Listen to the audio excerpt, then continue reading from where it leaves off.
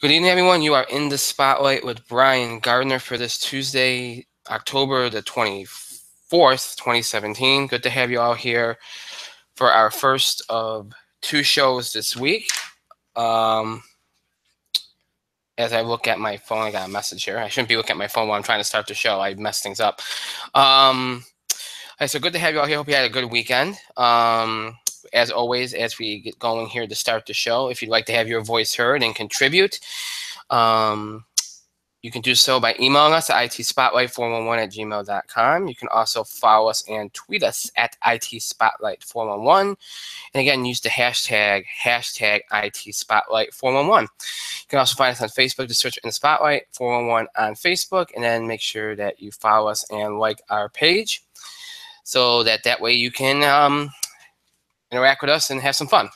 All right, so now, wow, that's weird. Okay, interesting fan mail sometimes. All right, so tonight we have some wrestling, we have some sports. Obviously, the World Series starts tonight. We'll update you throughout the night on the score there. We'll talk about how both league championship series ended and what it could mean for the future of the respective teams that were eliminated. We will talk about NFL Week 7. Look ahead to Week 8. We'll do all that. And wrestling-wise, we have fallout from Raw, fallout from tonight's SmackDown, fallout from TLC on Sunday. We'll talk about, because obviously we did the wrestling show on Thursday. We did not have any idea that Roman Reigns and Bray Wyatt were going to be scratched, and that we're going to have Kurt Angle and AJ Styles step in. Talk all about that and a lot more. That's what's going to be the plan for tonight.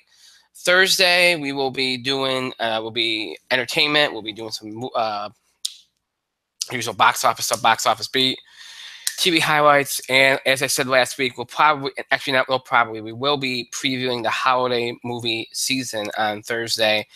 And next Tuesday, remember, there will be no show because it's Halloween. We will not be doing a show. I haven't decided if that means we're going to be doing a show on Wednesday instead of Tuesday, or if we're going to be only doing one show. I'll let you all know more about that on Thursday. I'm on the fence about that, but right now, all you need to know is no show next Tuesday, Halloween night. Also, part of my voice, I'm dealing with a sinus thing, and I'm better than I was probably even 3 hours ago, but I'm so stuffy, I'm so congested, so bear with my voice as it kind of ebbs, goes in and out, and, it's not the best, but I'll do my, I'm trying, so just bear with me with that tonight as I try to power through here, our show here tonight. So, all right, so now let me also address something else, because I mentioned this last week, and I said this a couple weeks ago, and it was supposed to happen last week, and really didn't. In a lot of ways, I think it was because of the timing. We really had a lot to do last week. We had the wrestling stuff. There was a lot of stuff going on in sports. It's one of those weeks that was probably the worst week to start trying to implement changes into what we were going to do. And I told you all it was going to be a gradual thing. I'm not going to kind of set a lot of the changes up. I'm just going to kind of do them and implement them slowly and gradually into what we already do. So, it wasn't going to be something that, you'd notice it, like I said, but it wasn't going to be something that, literally, we'll go, oh, this is what we're going to be doing, and then just do it. It's going to be more or less something that we just kind of just do. We're not going to build up to, we're not going to, and really what it was we're going to have a little bit more free-form discussion, less summary of what's gone on, less, generally less, less, I won't say filler because that's a bad word, but less of the stuff, more, more like back and forth, and less like I say something, then we cut to Mike and back and, that kind of thing. A little bit more of that. So a little bit less of that and more of just the back and forth. And I was going to try to do that last week, but again, we had so much to do. We just had to get it in. So we didn't do really what I wanted to do last week. We didn't get to as much of the stuff that I want, as many of the changes that I wanted to kind of implement last week. So, you know what, this week you'll see a little bit more of it. And again, I think as we go over these next few weeks, you'll see it'll happen more and more often. It'll gradually be worked in more, what we're going to try to do. And then obviously later on, the significant stuff will happen, and it'll be better. Things will be better off. But it's going to be a little bit more slow than I would like to have done it. But it's the way it's going to have to be. So bear with me on that. Now, so now that I got that, because people were asking me over the weekend, like, well, didn't you say that they're going to be? Didn't you say there's going to be changes? Didn't you say there's going to be all these new things? And again, timing is everything. And it really, really, really, it was just the worst possible week. We had so much to do, so I kind of just put content over. I put content over making those changes last week. So yeah. But so sometimes you gotta make choices, and I don't even think I consciously made the choice. I kind of just did it that way because I just thought it was the best thing to do, and it felt the most natural way to go about some of those things. So, but anyway, again, this week, the weeks to come, we'll implement things gradually, and you'll see what I mean as far as how we're going to be doing things and whatnot. Wow, my graphic just does not want to come up. Mike is not here yet, which is always, never. He's probably surprised I started the show on time for once, because usually I'm not one to start the show on time, but tonight I did, and now he's not here, so there you go. Nothing new there, but so yeah, so with him not being here, let's just go ahead and start, because I don't want to waste time. And plus my voice, I don't know how long I'm going to last tonight, so bear with me. All right, so we'll start. Like I said, something's wrong with my social media, so I apologize for being distracted. Okay, so all right, here we go. So we'll start. I don't want to get to the World Series stuff yet. I kind of want to leave that. We'll start with the NFL. And we're going to start with the NFL because here's, all right, now I've said this a couple times already this season. And, we've talked a great deal about how the quality of play was very, very poor in the early weeks of the season, which is not something unusual. We've seen that over the last few years in the NFL. In the first half of the season, first quarter of the season, first 4 weeks is usually rough.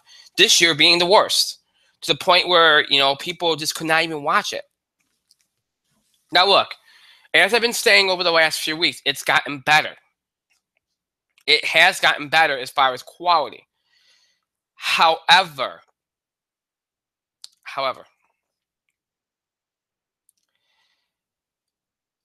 the league is in trouble. And I think that's a narrative that you've probably seen on talk radio, in newspapers, magazines, on Twitter, Facebook, any kind of social media, any kind of media outlets. I think you've probably seen it somewhere. It's finally, because here's the thing. This week is week 8. It's the halfway point of the NFL season. And other than the Eagles, who have really kind of come on strong, okay? And maybe the Chiefs, even though they're falling off a little bit lately, but I think most people still feel comfortable with them. And the Patriots and the Steelers have made steps forward, but you also remember some of the losses they've had this year and some of the performances they've had this year. So you're not ready to move them up yet. But I would say the Chiefs and the Eagles right now are probably the exceptions, the only exceptions. Okay, and look, if the Chiefs lose one more time, I think you take them out of there too and just leave it to the Eagles. But here's the thing: nobody has usually by week 8. Usually when we're going into week 8, this doesn't mean we have to have unbeaten teams. Okay, but normally we have a few teams that have distanced themselves from the pack, and we have a little bit of a picture of what's going, of where we might be going. And then you have that bunch of teams that's all close together. Will they be a wild card? Maybe they have an outside chance at the division, that kind of thing. That's usually how it works. But if you look at where the NFL is right now, that's not the case. Every time you think you can buy into a team, they go and lose a game that they shouldn't lose. sometimes more than one game. Every time you think you can write a team off, they go ahead and go on a one game, win a big game, or have a 2-game winning streak, and you're like, oh well, maybe they're not. Maybe they are actually somebody to buy into. You got you got guys like Aaron Rodgers go down, or Peters from the Eagles, which I think they'll be able to survive, and they're already 6-1, so they got a little bit of they built themselves up a little bit more to be able to deal with an injury like that. But you've had injuries to add to it. You've had controversy, from the national anthem controversy to the Cam Newton stuff, to the usual stuff with domestic abuse and all the other things that have been major issues for the NFL in the last few seasons. From a commissioner that nobody likes, that is only concerned with how much money that the league can make, and not about the history of the league, not about the players, not about what made the league great, which was rivalries, and we could talk about that with college sports too, because they've taken all the history and all the fun and charm out of it and made it more about the greed and the money than anything else. Although I think the college sports do a better job of cultivating their own charm and bringing some of that magic back despite everything. The NFL can't do that. They can't manage to do that because it's just too much going on. There's too much bad going on. And now you watch these games, and even though the quality is better, it's still not anywhere near what it should be for going into week 8. It's nowhere near what it should be going into week 8.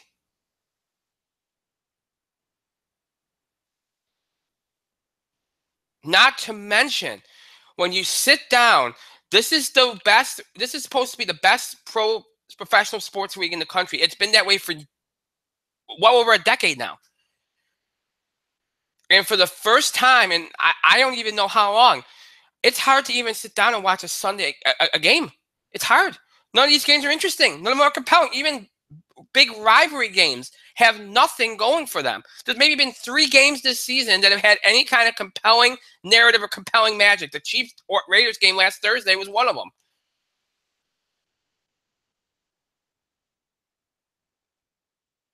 The league has nothing going for it right now.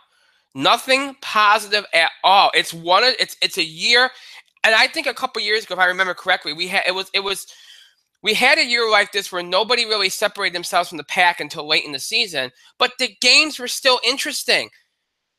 They were still fun. There was a charm. There was still, the league was definitely on the precipice of becoming what it's become now, which is it's lacks energy. It lacks soul.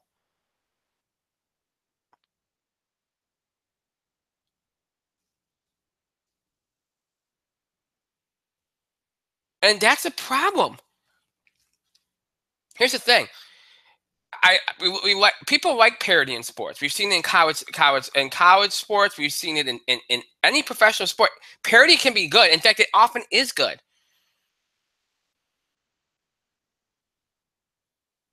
But this is not parody. What's going on in the league is mediocrity. This is not fun. A couple years ago, you had parody, a wide open race to the Super Bowl. That was fun. The games were good. That was fun. This is not fun. There's too many distractions. The players don't even look like half the time they want to be there. You could tell the players are lacking motivation. When these players can't even get motivated, some of these players can't even get motivated in contract years, you have a problem. Because usually in a contract year, they get super motivated because they want that extra money. They want that big contract. These players can't even get motivated now in their contract years. That shows you that these guys know that the league has lost their players. The league is losing their fans. The league is in trouble.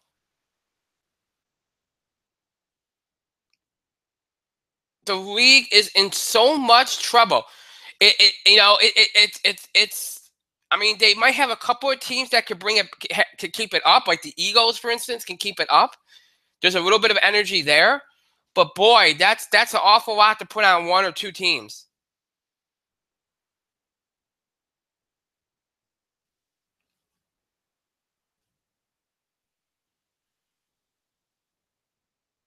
It's an awful lot.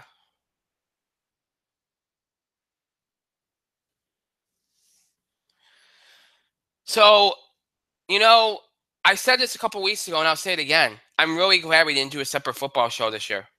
I really am. Because I don't know how I would have done it. I don't know how I would have done an hour, hour and a half, 2 hours on this week. I mean, we do college football too. Maybe we could have worked it out, but I don't know how I would have done it. I truthfully don't. There's just nothing. And I watch most of the games, folks. I mean, I do.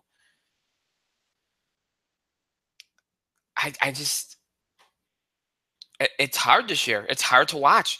Never, and I'm a big sports fan. Never in my life have I had such a hard time watching a professional sports league.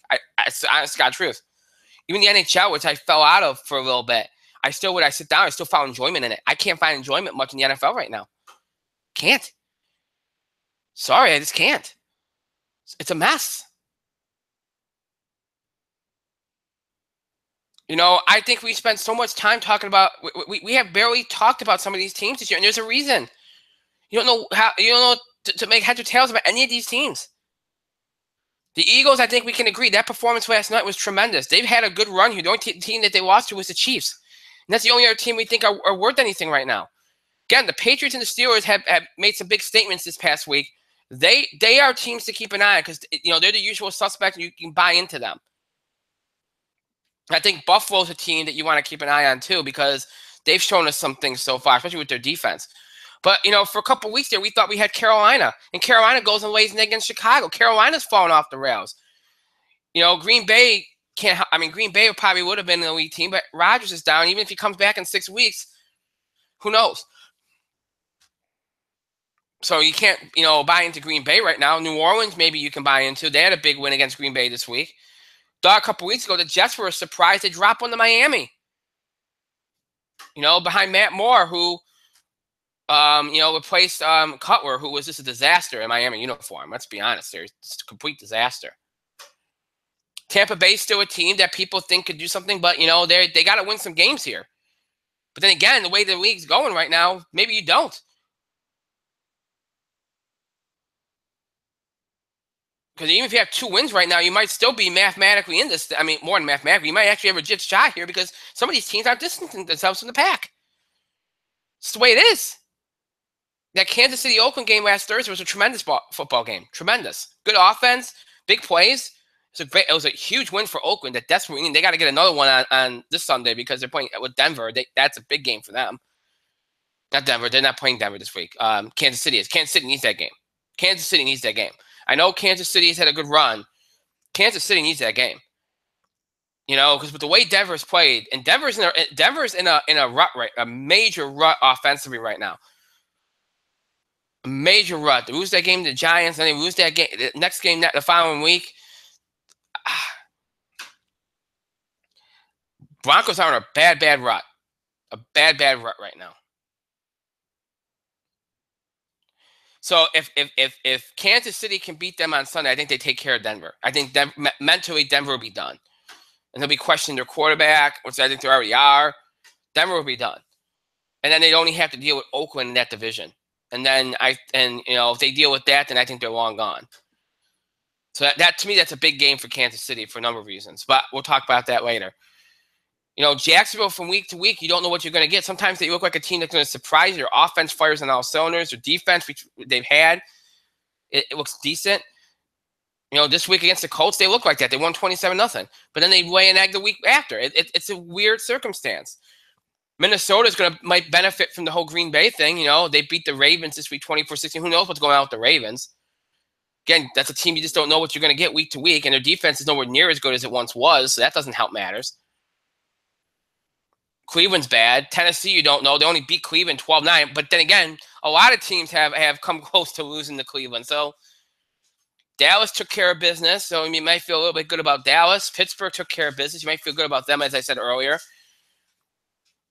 Who knows why as I mentioned, Denver's reeling right now. They laid an egg against the Chargers, who won that game again, and that's back-to-back eggs because they lost to the Giants the previous week. The Giants, you actually feel good about going at home against Seattle because of the way they played last week, and then they just get completely run over by Seattle, who right now I think you're looking at as a team that maybe found something. Maybe they're coming on. And again, indictment of this league, you get a Super Bowl rematch. And we had said a couple of weeks ago that we felt, at least I felt like Atlanta wasn't having no Super Bowl hangover. Usually they lose the Super Bowl, especially when they lose the way Atlanta did, has a bad year afterwards. Atlanta started this year hot. And now they're reeling as well. And they go against New England and they just don't even show up. Their offense looks terrible. Their offense is a mess right now. A mess right now. New England, whose defense is horrible. Horrible. Holds them to 7 points.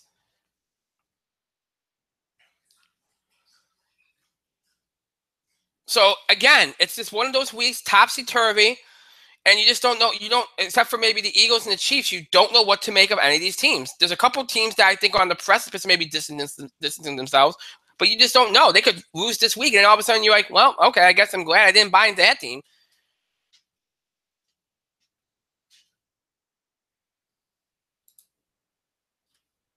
I mean, you see that anybody that's making, pardon me, anybody that's making NFL picks, you see it in their picks week to week. Nobody knows how to pick these games. Nobody.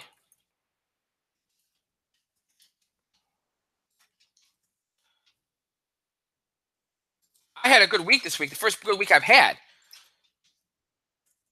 I had Raiders over Chiefs, Eagles over Redskins, Patriots over Falcons, Bills over Bucks, and Seahawks over Giants. All wins for me. Only loss I had was Ravens over Vikings. It's a good week. 5-1. It's a good week. Finally. I kind of went against the grain a little bit there with some of these picks.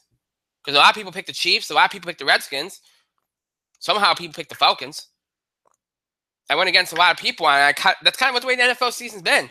You pick the opposite of what most people are going with, you'll probably be right. A wacky league this year, and it's a bad league this year. It's not wacky in a good way. It's wacky in a bad way.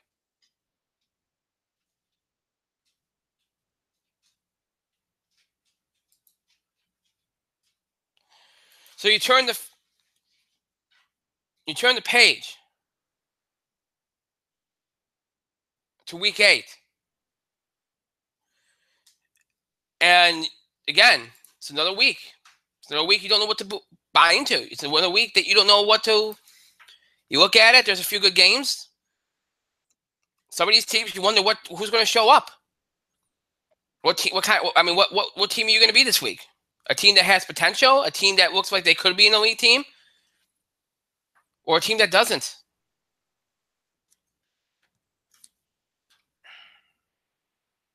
It's really the bottom line. That's really what this week is, week to week right now. You just don't know what some of these teams just don't know what's going to show up. Outside the Eagles and the Chiefs, the only two teams that really you kind of have an idea what to expect.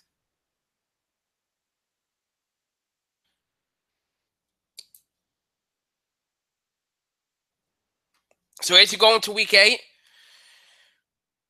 again, a couple of good games on the schedule.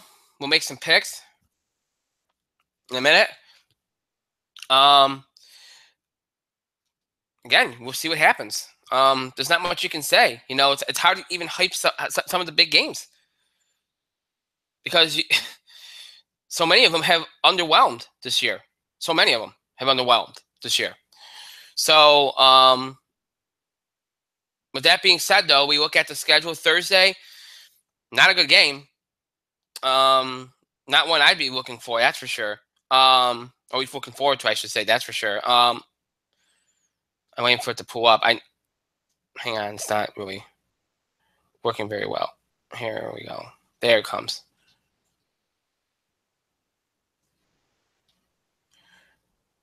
There it is. Dolphins, Ravens. Now, Dolphins are 4-2. Shockingly. Ravens are 3-4. Ravens need that game more.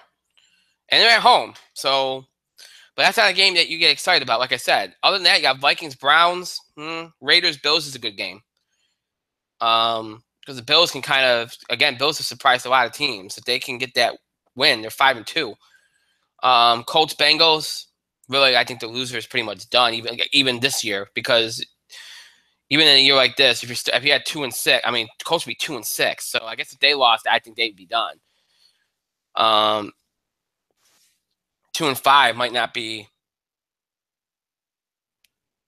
unsalvageable. But anyway, Chargers Patriots, that should be bad. Bears Saints, Falcons Jets. Yeah, not a lot of good. I mean, there's a couple good games late. Texans Seahawks might be interesting. Panthers Buccaneers might be interesting. Cowboys Redskins would be interesting. It's a natural rivalry game there. Steelers Lions is your Sunday night game, which okay. And then Monday night you got a good game. Somehow ESPN got a decent game. And Broncos Chiefs, and that's a big game for the Chiefs because they can probably knock the Broncos back and off, keep them away from them, and only have to worry about the Raiders. Plus Chiefs come off 2 straight losses, so they want to try to stop that, especially since they lost the game at home. So Packers get a bye, which they probably need given how everything's gone. Titans, Rams, Giants, Cardinals, Jaguars all get byes this week. So, all right, so let's make some picks. Again, not many big games on the schedule. Obviously, Broncos Chiefs on Monday night. It's a big game. I'm going to pick that game. I think the Chiefs are going to win that game. I don't like what I've seen from the Broncos. I think they got a quarterback issue. I think it's and I think it's going to worsen after this week. I don't know what they're going to do. Will they back off Simeon? We'll see. But I like the Chiefs in that game, especially coming off of 2 losses. Cowboys Redskins, I think it's the second best game on the board, just because of history. Redskins are at home. They played better at home. Cowboys haven't been bad. They haven't been great, but they haven't been bad. If the Dallas defense performs up to par, I think they'll win this game. If they don't, then I think the Redskins, if this becomes an offensive light show, I think the Redskins. I'm gonna go with Dallas though. I trust their defense a little bit more than I trust the Redskins' offense to perform consistently. So, Cowboys for me in this game over the Redskins. That game on Fox in the 4 o'clock window. Again, Chiefs Broncos, the ESPN Monday night game. Texans Seahawks in the CBS 4 o'clock window. Interesting game. The offense of the Texans versus the defense of the Seahawks. Seahawks offense done enough so far, but Texans have a good enough defense where you figure there might be some issues there. But Seattle being at home, I like Seattle to get this done. Might not even be a pretty game, but I like Seattle. And Seattle's going to make it an ugly game. That's what they like to do. And that's what they have to do to win. So I think they will, especially at home. And I like the Seahawks in that game over the Texans. Panthers, Buccaneers. Again, Tampa, we've said it for years, has a tendency to upset teams in their building. And there's even more of a case for that now since Tampa's not a bad football team. A lot of people believe they're going to break. A lot of people thought they'd break through last year. Even more so this year. So they play well at home. This is a game that I think they feel like they have to win to keep themselves in the game here. And I like them to win this game because I don't like the way Carolina's playing. I think I think Cam Newton's issues are providing a distraction. Nobody looks on the same page. So I like the Bucs over the Panthers in an upset on Sunday. And again, that game in the 1 o'clock window on Fox. Falcons Jets, I think, is actually going to be a good game because the Jets defense is going to keep them in a lot of games. And that's in the 1 o'clock window on Fox. Jets defense is going to keep them in a lot of games. And if they can minimize the amount of times that, I can't remember his name, Josh McCown, makes mistakes. They can minimize the mistakes by McCown. Then I think that they have a chance again because they're going to make it a lower scoring game with the way the Falcons offense has been playing. And I don't think they're going to suddenly solve it in a week, especially against a good defense. This will probably end up being a close game. I think the Falcons will win it even though they're on the road. I think they'll eke it out because I think that, they know in their minds this is probably a must-win for their psyche. Don't be surprised if the Jets win that game. That's going to be a close game. And I'm going to pick the Bills-Raiders game. Again, this one in the 1 o'clock window on CBS, and the 1 o'clock window game. Really, I think it's a must-win for the Raiders because, again, even in this crazy year, and you can't expect to keep being mediocre and getting by. And I know they've had injuries, so you give them more of a pass than maybe some other teams. And here's the other thing: you're in the division with the Chiefs, and eventually, we've mentioned this over the years. The Chiefs are a team that likes to start off good, and then they go through kind of a rut in the middle part, and they get good, hot late. And they start off hot, and now they're kind of in a rut. So you all know what could happen here. So the Raiders might want to get going here in a hurry, but they're going to be going against a team that's 3-0 at home in the Bills, whose defense has been probably the most consistent, in my mind, most consistent defense outside of Philly this year. Very good defense, and their offense has surprised. Tyrod Taylor has done more than anybody could have dreamed. So if the Bills come out this week at home with that kind of defense and that kind of intensity that they've shown in this season, and if they continue to get a little bit more out of McCoy and Tyrod Taylor in the offense than they've expected, the Bills will win this game, I think. So I am going to pick the Bills to win this game because I think the Raiders right now, I think Carr's still a little. I think they're a little banged up. I think Carr's still a little rusty, and I just don't like what I'm getting from them. Even though they won the game last week against the Chiefs, and you almost think there might be a hangover effect or something. But I really like the way the Bills have been playing. I do. I like, especially at home. So I'm going to go with the Bills. Based just on momentum, I guess. All right, so 6 picks for this week. Chiefs over Broncos, Cowboys over Redskins, Seahawks over Texans, Bucks over Panthers, Falcons over Jets, and Bills over Raiders. So that's your Week 8 picks for the NFL for this week. And that's also your NFL discussion for this week. Really quick, a couple college football notes first, real quick. You give a lot of credit to Notre Dame. Next week, we'll talk more about the playoff rankings and go into all that stuff. I don't want to do it this week. Because I don't want to put much stock in everything right now. It's early. But I mean, next week you figure, next week things will. I don't think they had I don't think they have the college football playoff rankings out yet. So yeah, so we'll go into that next week. So we won't go crazy on it this week, but I just want to mention. So next week makes more sense. You're going into November, so we'll do it next week. You give credit to Notre Dame. That was a big win. Look, everybody's been on the Sam Darnold train. I'm not. I don't see anything huge about this guy. I think he's an okay quarterback. I don't think he's anything special. I think you're seeing that. Notre Dame made USC look terrible. They exposed them, so you gotta watch out for Notre Dame here right now. I thought they had a good week. That was so good for them. What was I going to say? Oh, you had the big game, the Penn State game. I'm trying to pull up my notes here. I'm sorry. Everything's running slow here.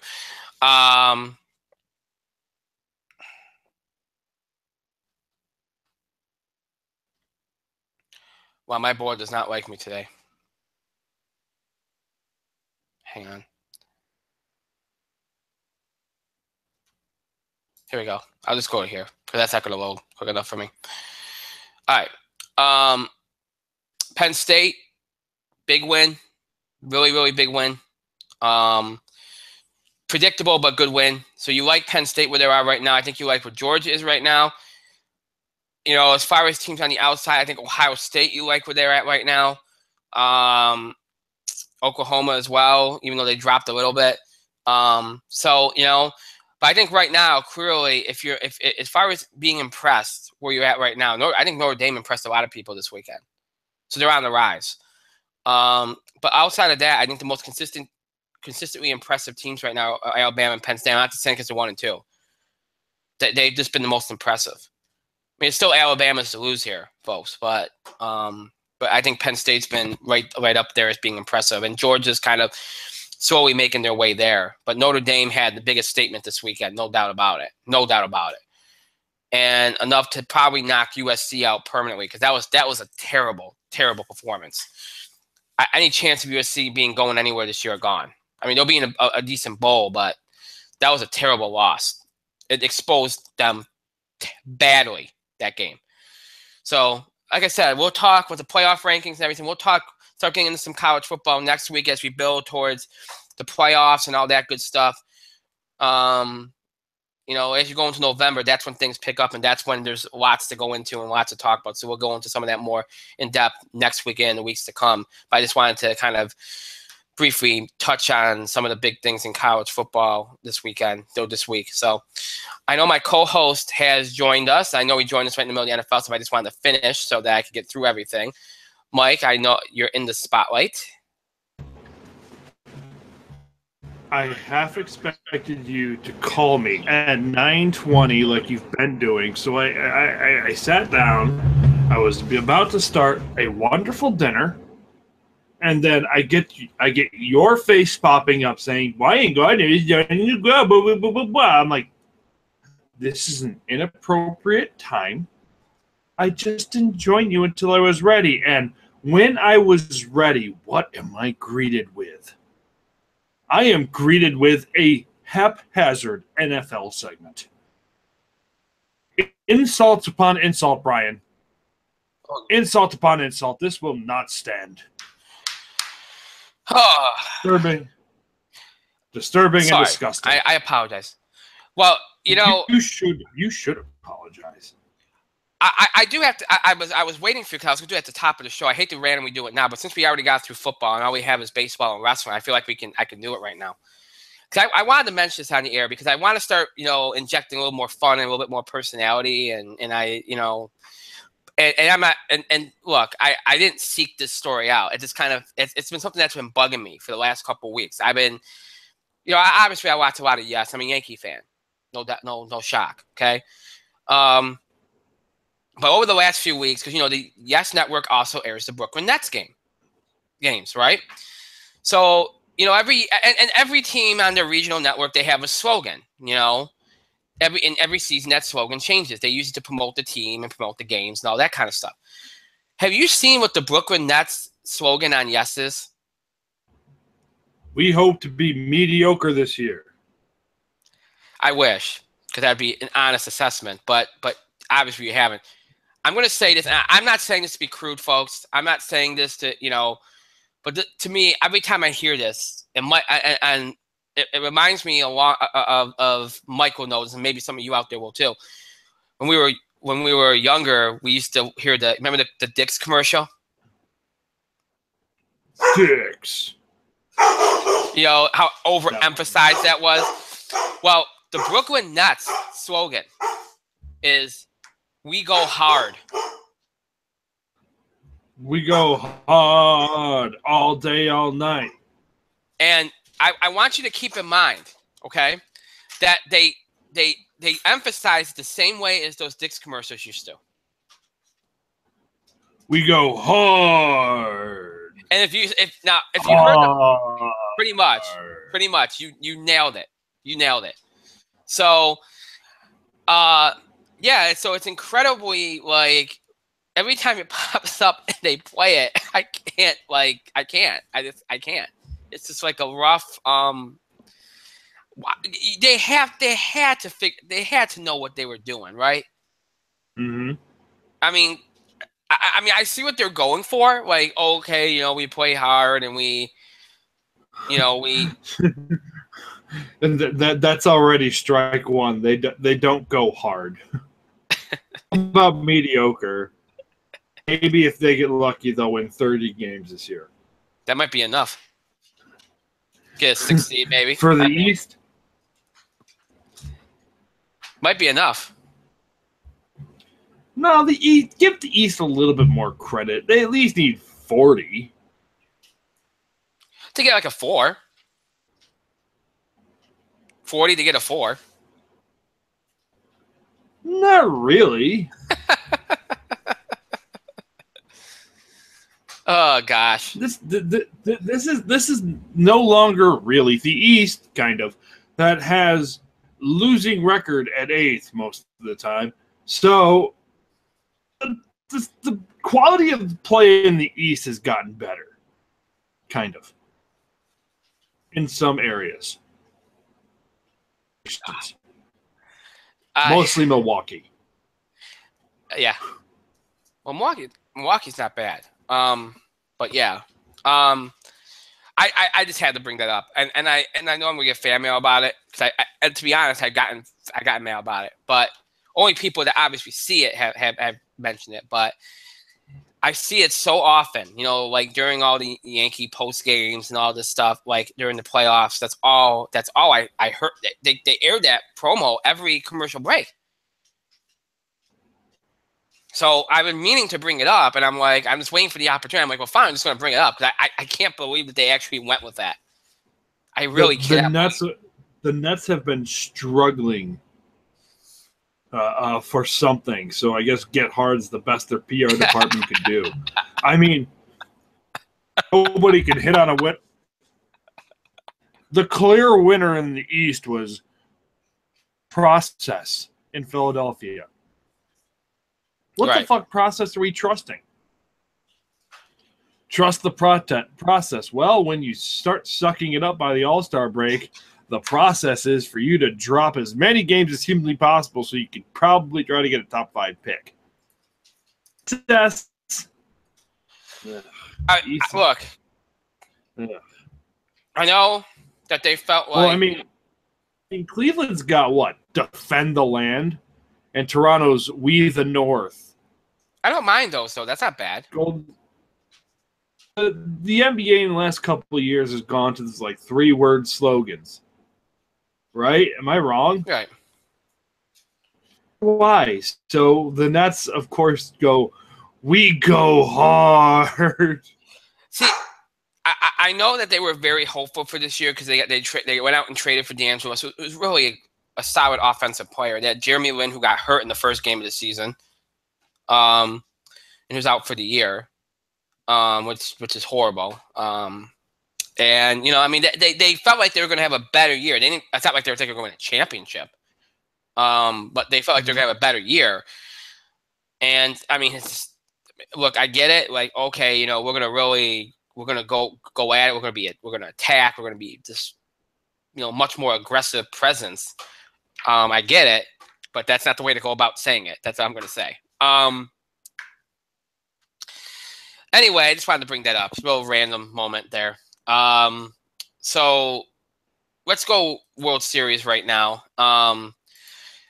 Now, one of the things that, you know, before we get into what's present, we have to go back to last week, which, you know, we could do easily 3-4 hours on. We're not going to do that because a lot of this stuff's already been covered, and a lot of you already kind of, you know, I imagine have made your opinions known.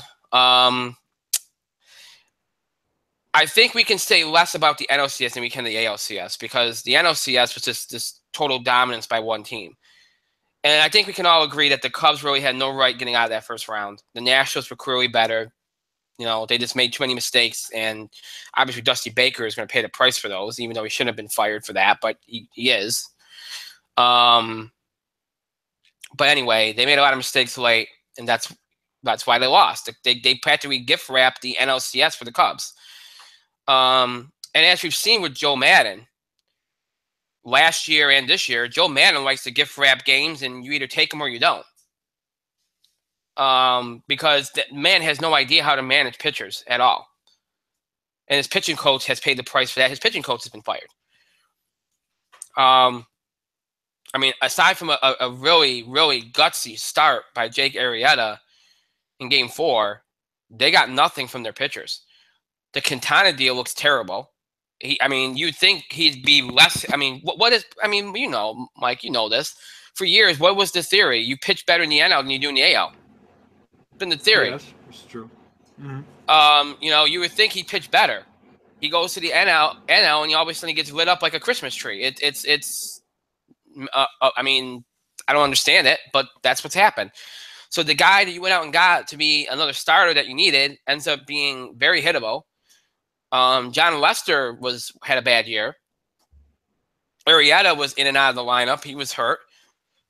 Who do you got? You know, you end up with, God, I'm blanking on his name. Oh, Kyle Hendricks as your most consistent, reliable starter. And Kyle Hendricks is a guy that really is a 4th or 5th starter. And that's you know, there's no depth there. So what happens? Your bullpen ends up eating most of the innings. Well, if you're the Dodgers or you're the Yankees or the Royals or somebody, you might be like, okay, that's really good for us. If you're a team like the Cubs, who really only have one decent bullpen arm, much like they did last year. One decent bullpen arm, you're in trouble. Now, a lot of you asked me what's the deal with Joe Mann? Because you're in Tampa, he really managed his pitches really well. Starters, bullpen guys, he always had decent bullpens. He always had decent starters. They never had injury issues. They never had problems. Why? What happened between Tampa and Chicago? Is this something to do with Theo Epstein? Well, Theo Epstein was in Boston. His pitchers didn't have issues. So it's not Theo Epstein. Do you want to put something on the pitching coach? I mean, he's fired now. Maybe that's part of it. He did have I think Jim Hickey was his pitching coach in Tampa for most of his run down there. And I think I forgot where Jim Hickey went now, but I want to say he's for Texas now, but I'm not sure. But Jim Hickey's a really good pitching coach. So maybe it's the pitching coach situation. Maybe it's match. I don't know. Is it the leagues? Is it the divisions? I mean, look, the Cubs are in the National League Central. You do have a very offensive focused team in the Cardinals there. You do have the Reds there, who are another offensive dominant team. The Pirates have gotten better offensively in recent years, but they're still more pitching and defense mostly minded there. Is it?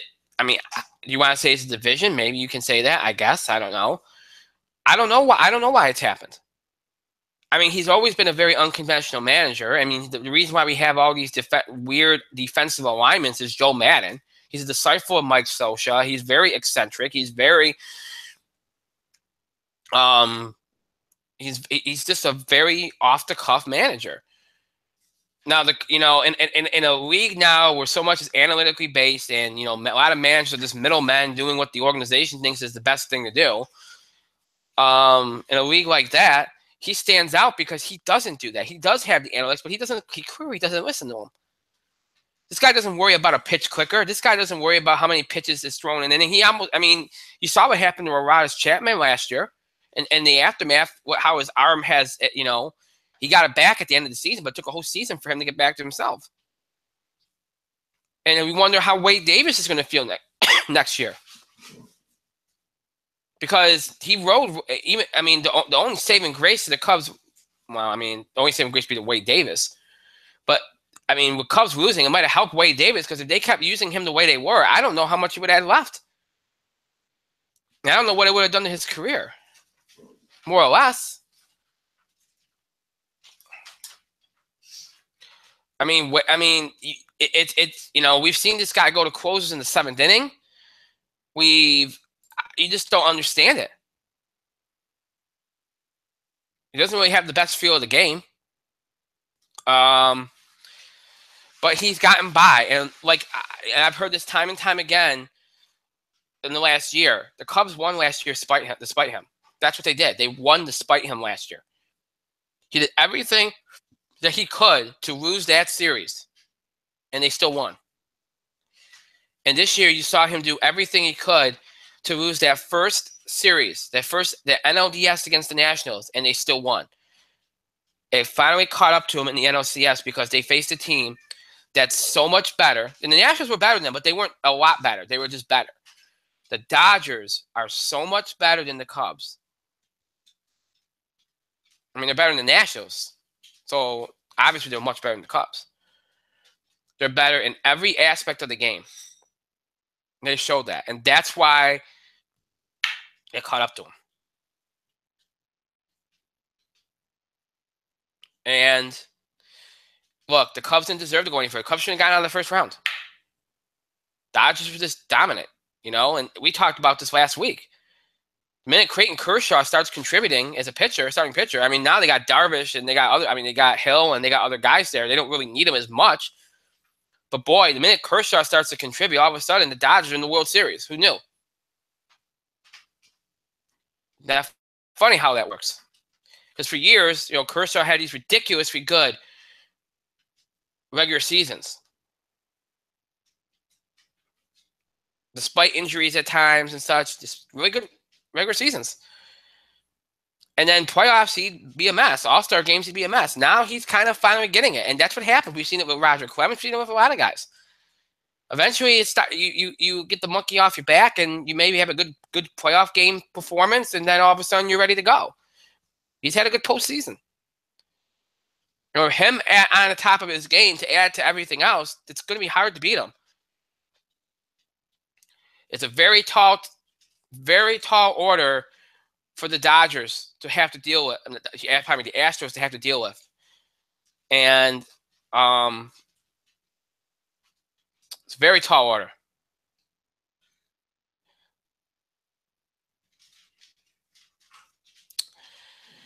But the Astros are a very battle-tested team. You saw them beat the Red Sox, and the Red Sox didn't put up much of a challenge, but it was still it was still something that they had to deal with.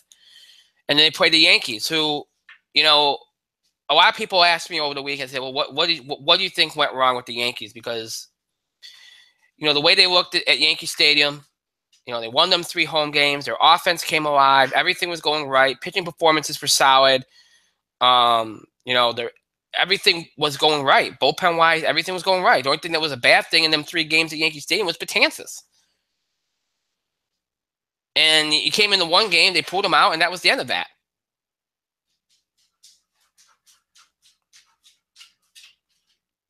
So you wonder what happened. Well, what happened was they're a different team on the road. I know they won that elimination game in Cleveland.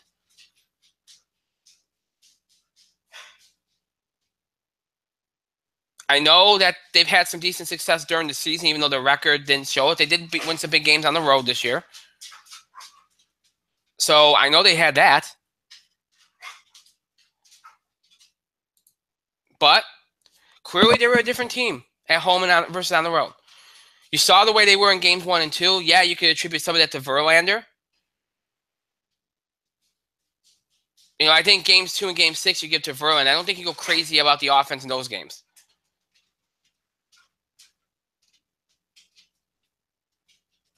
But even with Keuchel, and I know their history with Keuchel, they could have done better in game 1. You saw what they did in game 5 against them. They had no problem. And then you saw game 7, which was, in my opinion, one of the worst offensive performances I've ever seen the Yankees have. I mean, them last 3 innings, I mean, you know they're throwing you breaking balls. All they throw like 30 straight breaking balls? Come on, you got to make an adjustment at some point. Those guys were done. They were broken. I mean, you let game 6 go. A better pitcher got you. You had your chances. You just didn't cash them in. Game 7, you know, you had a chance to tie the game. Bird gets cut down at home plate again. That really changed the entire game. That really changed the entire game, the momentum of the game, because you know the Astros got the 1-run lead. I mean, they could have tied it there. They don't, and all of a sudden you're like, well, geez, you know, they snuffed out that rally, and that was it. From that point on, it just looked like they were broken.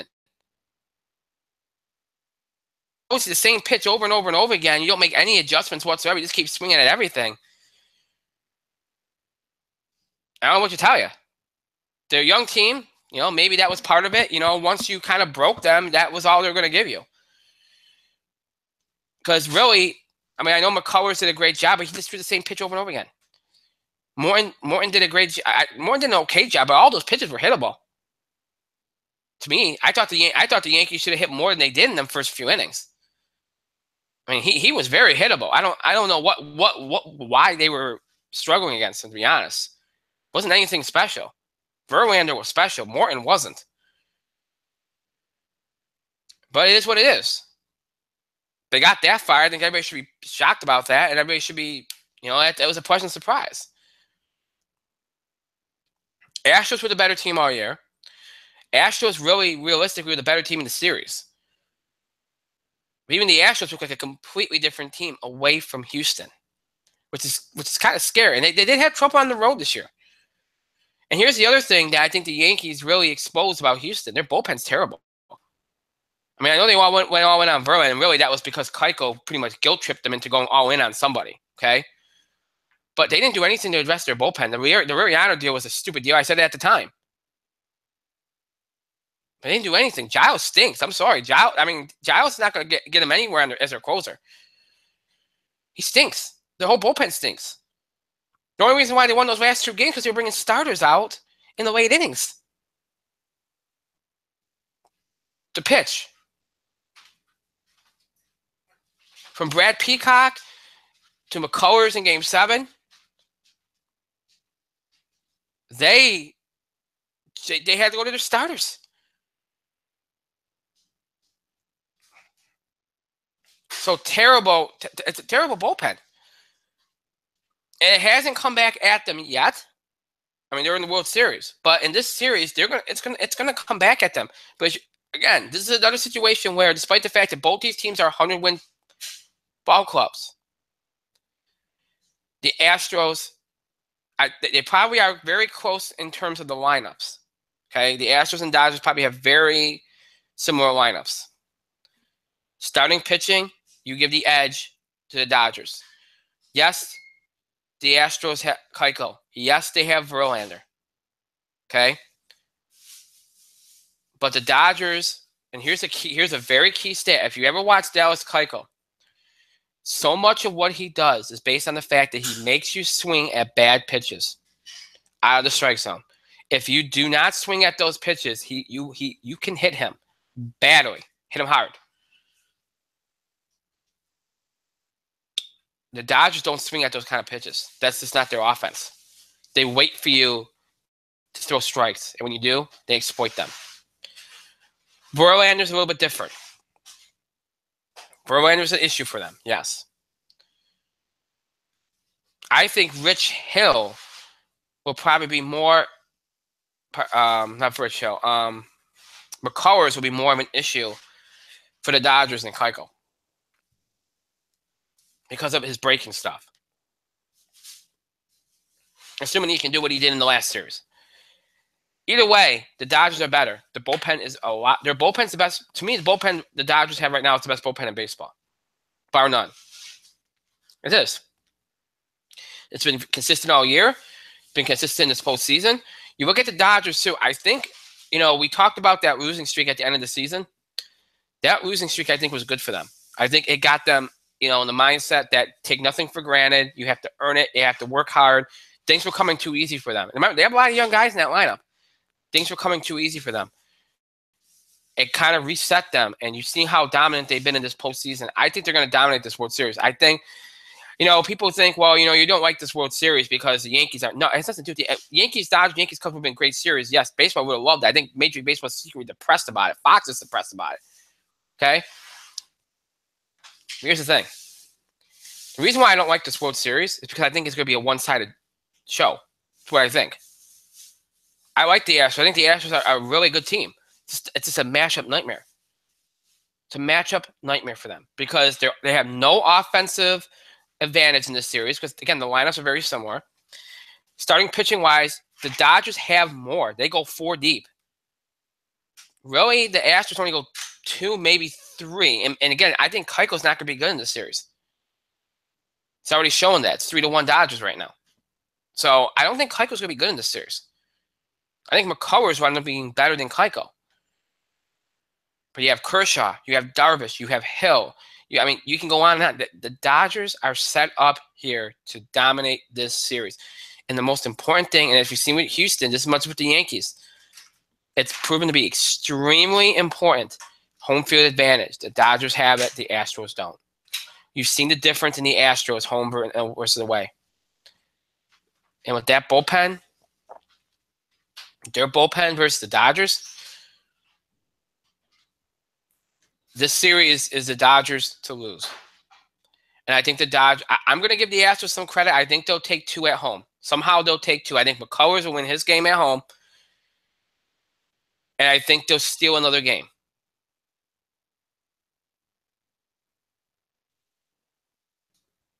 I think most people are taking the Dodgers in 5. I'm taking them in 6. That's my prediction. I'm taking the Dodgers in 6. But again, it wouldn't surprise me if it were in 5. It wouldn't surprise me if it was even a sweep. Because I think they're that good. Because they're rolling on all cylinders right now. So that's the reason why I don't like this World Series. Because I think it's going to end up being very one-sided. Instead of a classic series, which we could have gotten.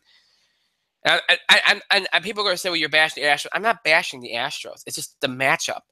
If the Astros were playing the Cubs, I think it'd be more of a series. Plus, there's some history there.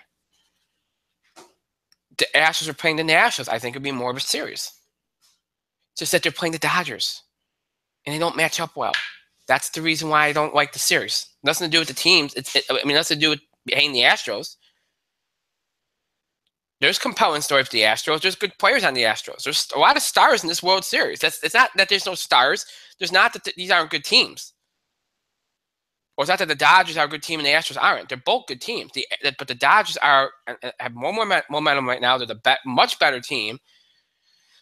They're playing better right now, and where they play is not an issue for them. Home, away, whatever. It doesn't seem to matter to them, and they got the better bullpen. And they got more starters. That's why I like them.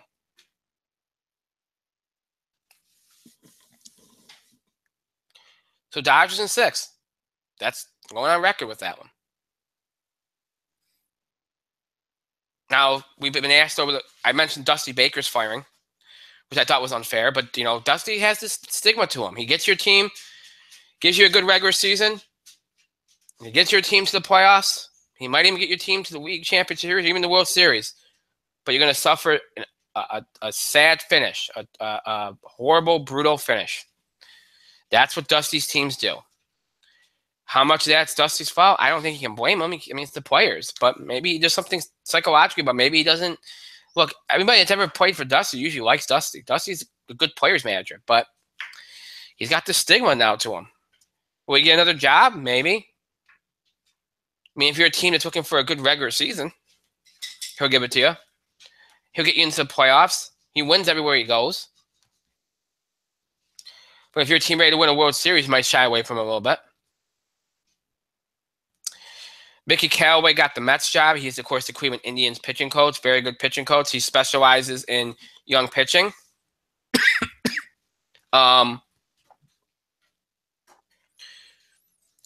He manages to make he really is a guy that can harness talent. He's a guy that can keep pitchers healthy. He can get them, and that's probably what this is about. Remember, the Mets, it's all about health. The Mets for health this year, they're probably a playoff team. And the biggest problem is their pitchers. So he probably got the job because it looked like it was Kevin Long's job. He got the job because they want to keep their pitchers healthy and they want their pitchers to be up to their fullest potential. That's why he probably got the job, because that's what's going to start with the Mets is pitching. And as I was telling Mike off the air last night, it sounds like they had to convince Mickey Callaway to take the job. Which, that's interesting. You have to convince somebody to take a job. Young, aspiring manager, a young baseball coach wants to be a manager. You have to convince them to take a job in a big market. So I thought that spoke volumes. But and Alex Cora gets the Red Sox job, which really was a foregone conclusion. From the minute they fired John Farrell, all you heard was Alex Cora, Alex Cora, Alex Cora. He's the Houston Astros bench coach. They like him. They think he'll be really good for that team. So we'll see how that works out. They went all in on him, and that's what they got. So I don't know if it's a good hire enough. I don't know enough about him. I know he's a Red Sox utility player at one point. We'll see what he can do. I like Mickey Callaway. I think that's a good hire. I think he'll really help the Mets, and hopefully he'll work with them on keeping their pitchers healthy. And I think he'll really help the Mets. I think Mickey Callaway is a great hire. Great hire. Can't really speak to Alex Cora. And I'll tell you one thing. The Nationals are probably going to have just as much of time as – the Mets didn't have as – clearly they didn't have too much of a hard time. They got a manager within, 2 weeks? But apparently they had to convince somebody to go there. I think the Nationals are going to have a similar experience. They might even have a harder time because they're very disorganized. We talked about the whole Strasburg thing with Dusty and a lot of things. Their organization's always been very weird and very poorly organized and all that kind of stuff. So, I think there's going to be a little bit of difficulty there in filling that spot. But we'll see what happens there. We'll see. Yankees, you'll wait and see what happens with Girardi. It's up. The ball's in his court. I don't think the Yankees are going to fire him. I don't. I think it'll be his decision. If he decides to come back, if he says, hey, I'm interested in coming back, I think they'll get the deal done quick. If he's not, then that's it. 10 years is a long time, and 10 years is usually the shelf life of a manager, to be honest. It usually is. You don't see too many managers last past 10 years. Whether they go out on their own terms, they get fired. Sometimes you just think a team needs a new voice. And with this team being young and, breaking through this year, they might feel like it's a time to make a change. I don't think they're going to do it. Like I said, I think this is Joe Girardi's decision. But there's a small chance it could be the organization, too, saying, hey, maybe we need a new voice. I don't know. One thing I think we can safely say is Brian Cashman will get a new deal. There's no way he's going to be out on the – no way he's put out the pasture. No way. Look, the Yankees will be back. The Indians will be back.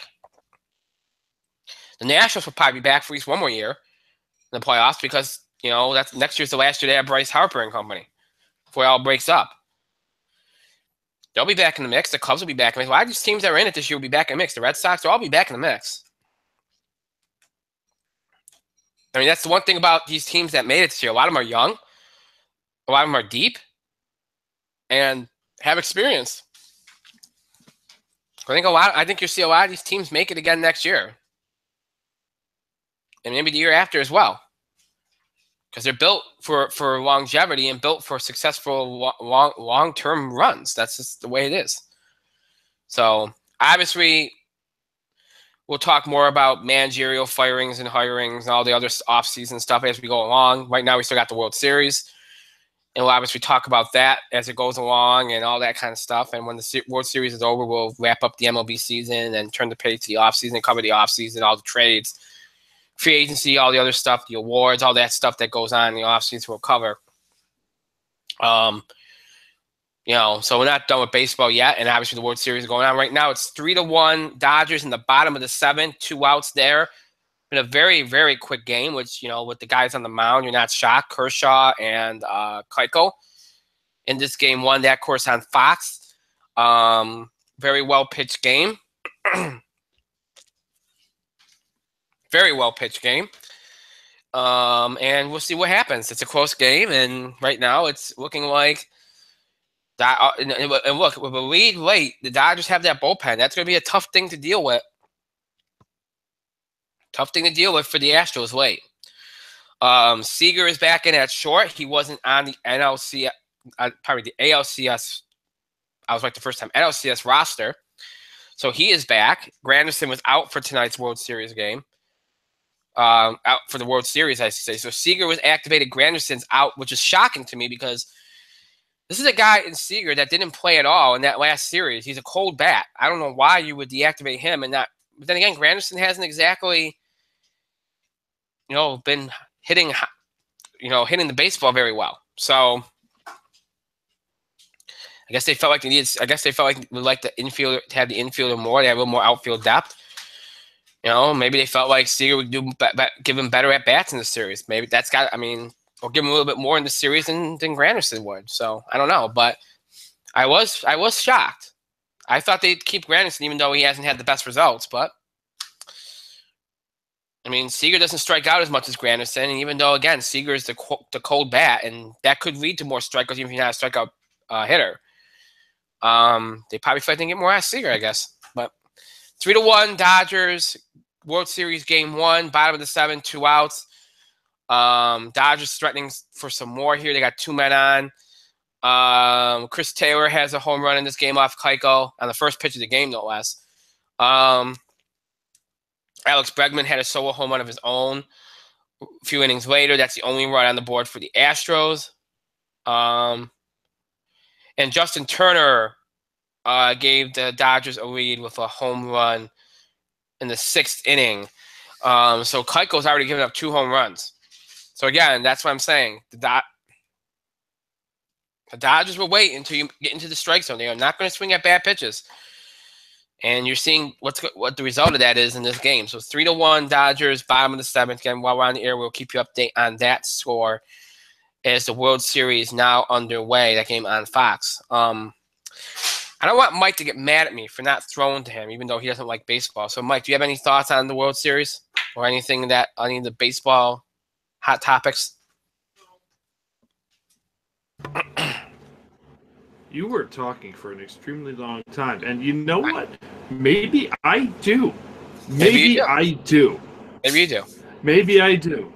Maybe I do, yes. Now, I cannot dispute the Houston Astros were the better team, although for 3 of those games, the New York Yankees certainly looked like worthy challengers.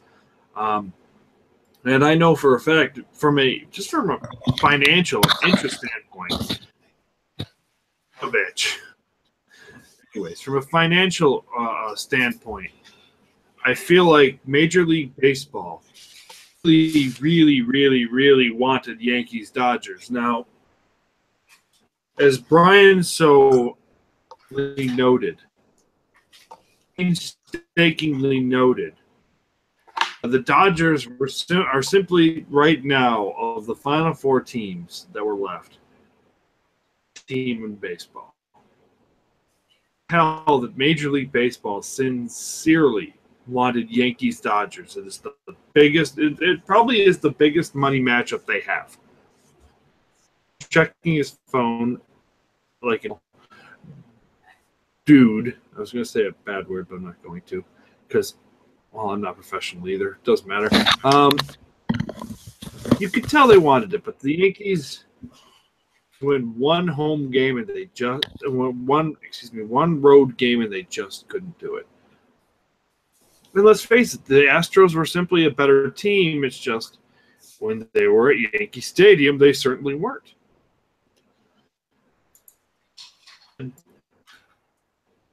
Dodgers, Astros probably don't have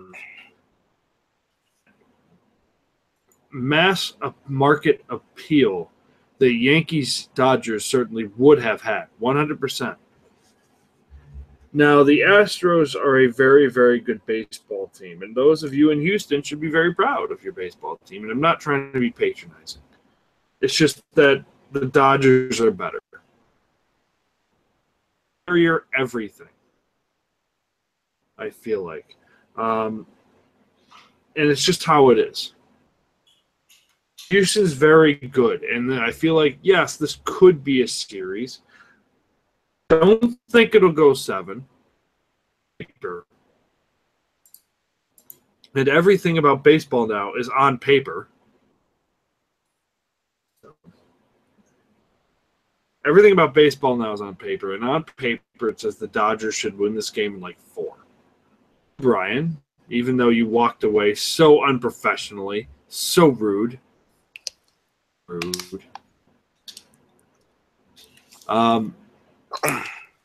This series probably will go 6.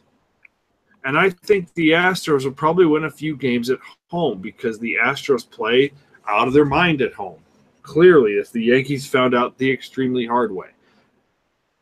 The problem is the Astros have not impressed me on the road.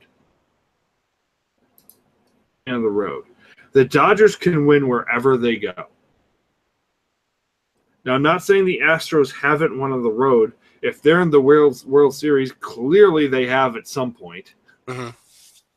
But it's just that the Astros are the type of team that kind of gather that they are better at home. They're more motivated in front of their fan base. The Yankees were the same way. But the Dodgers are just superior in all aspects. They have better pitching. They have the superior hitters. And that's just how it is. And obviously, I think Major League Baseball is kind of rooting for the Dodgers too, because major market World Series, wink, wink, wink, wink, please, please, please, please, please, please. They want that They want that piece of that money pie. That's all they're saying. Now, you're not wrong. I know they're not wrong. I'm not going to make that prediction because I don't care enough to make the prediction. And like most of America, I feel like I'd be more interested. I would be invested if this were Yankees-Dodgers. It's Astros-Dodgers, so it's like I'm not interested, and that's nothing against the Astros. It's just who has power. Dodgers have drawing power. I think the Dodgers are going to win anyway. I just think they're the better team. No, unlike Brian, I don't watch every game, but I'm making an educated guess based on what I've watched and what I've heard. You made good points, so. Well, I have to make. I can't make it from your point of view. I can only make it from my point of view. And in my point of view, I have different opinions anyway. So. And they had two opportunities. They had 2 potential series that would have been fine: Yankees, Dodgers, Yankees, Cubs. Mm-hmm. Either one would have been fine.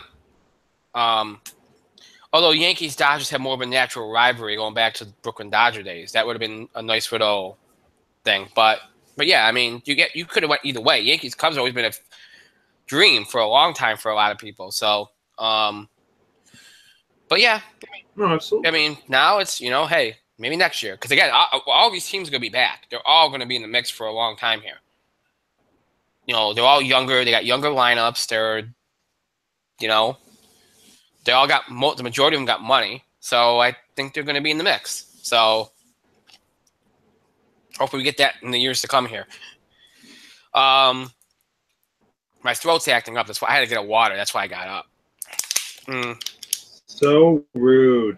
Sorry.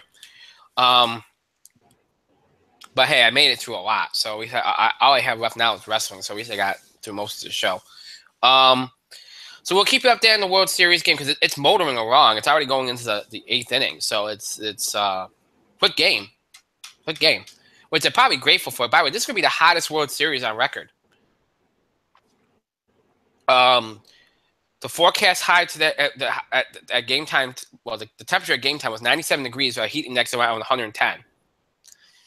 Same forecast for tomorrow, and then of course Houston's warm, so it's gonna be the warmest World Series on record for sure, which is interesting. Something to follow. And I bet you a lot of those guys, from the umpires, the fans, players, a lot of those people out there are probably happy it's a quick game because that hot weather is kind of hard to enjoy it. But still, you want to get your money's worth too. But anyway, we'll follow the game as long as it's on the air. We'll give score updates, all that kind of stuff. And again, we'll talk World Series as we go along here over the next week or so. It could be over by the end of the weekend. Who knows? But we'll talk about it as long as that. Once it's finished, we'll wrap it up and wrap up the MLB season and move on to the off season because it's been a week or so. It's gonna be pretty much all over. So then we move on to things like college basketball and all that kind of stuff. So actual things I care about. So, and a lot of people have been asking me like, "Oh, we're going to talk about the FBI investigating." There'll be some stuff. We'll talk more about that stuff next week because we're going to be going into. We won't do a show next Tuesday because of Halloween, but next Thursday will be November, and college basketball season will start a week from that point. So we'll have a college basketball preview segment coming up, and when we do that, we'll kind of bring back the FBI investigation. I got some stuff to say about. I haven't talked about it. I'm not going to do it tonight. We haven't talked about what they did with North Carolina, which I thought was beyond. Look, it was an atrocious thing. I don't understand it, but we'll talk more about that in a few weeks. I don't want to talk about that right now because there's so much we can do with it, and it fits better when we're setting up the season in college basketball than it does right now. So we'll talk about that because I know people have been asking about that too. So when we do our college basketball preview in a couple of weeks, we'll definitely talk about the FBI investigation. We'll talk about what the NCAA did with North Carolina and all that good stuff. Well, not all that good stuff. It's not good stuff, but with all that stuff, I should say. All right, so we covered everything we had to cover in sports. We'll jump now to wrestling, and we had when we last did a show on Thursday, did a wrestling preview show or segment. We previewed TLC, and at that time, we had no idea that Roman Reigns and Bray Wyatt were going to be pulled from the card. Although there were rumors about Bray, but nobody suspected it was going to happen. Friday, news breaks. Roman Reigns and Bray Wyatt are out. AJ Styles and Kurt Angle are in. AJ Styles versus Demon Finn Balor. Kurt Angle replaces Roman Reigns with the Shield. He ends up being dressing in the Shield garb, which I thought was pretty cool. And that's the match you get. Random, yeah, but boy, did it make things interesting. And obviously, you hope and pray that everything's going to work out for Roman and everything's going to work out for Bray and everybody that's been infected and affected. And hope and pray nobody else contracts the illness that's going around. Because that's what WWE is worried about because these things can take a while to kind of happen. So I thought, given what they had to deal with, the changes and everything that happened, I thought they put on a decent pay-per-view. You know, most of the undercard matches were okay. The Asuka match didn't go like I thought. I thought it'd be more of a dominant squash, just like I thought the Raw match would be, but it wasn't. So I'm not too sure I like what they're going with there, but the result was what it needed to be. Most of the other matches were okay or at least watchable. I didn't care for Jason Jordan. You know, like I said, Elias was great, but the Jason Jordan stuff is just dumb to me. He doesn't have the personality to pull that kind of stuff off. It's just stupid and goofy and cheesy. I don't like it. I wish to just turn him heel and do something with him, but because that's the only way I think he's going to be interesting to me. But and then you get Demon Finn Balor versus AJ, which was a phenomenal match. Phenomenal match. Although according to Dave Meltzer, it's not a good match. Well, not a great match. It was a good match, not a great match. Now, if that happened in the Tokyo Dome, it probably would have gotten like 10 stars. Yep.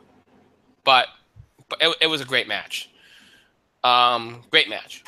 Probably the first time I actually really was invested in a Finn Balor match, to be honest. I'm hot and cold on him, but good match. And I liked the whole Too Sweet thing at the end, and that was good. And then you got the main event, which you got an Angle and the Shield garb. That was fun. They made their entrance and everything. And look, that was well done.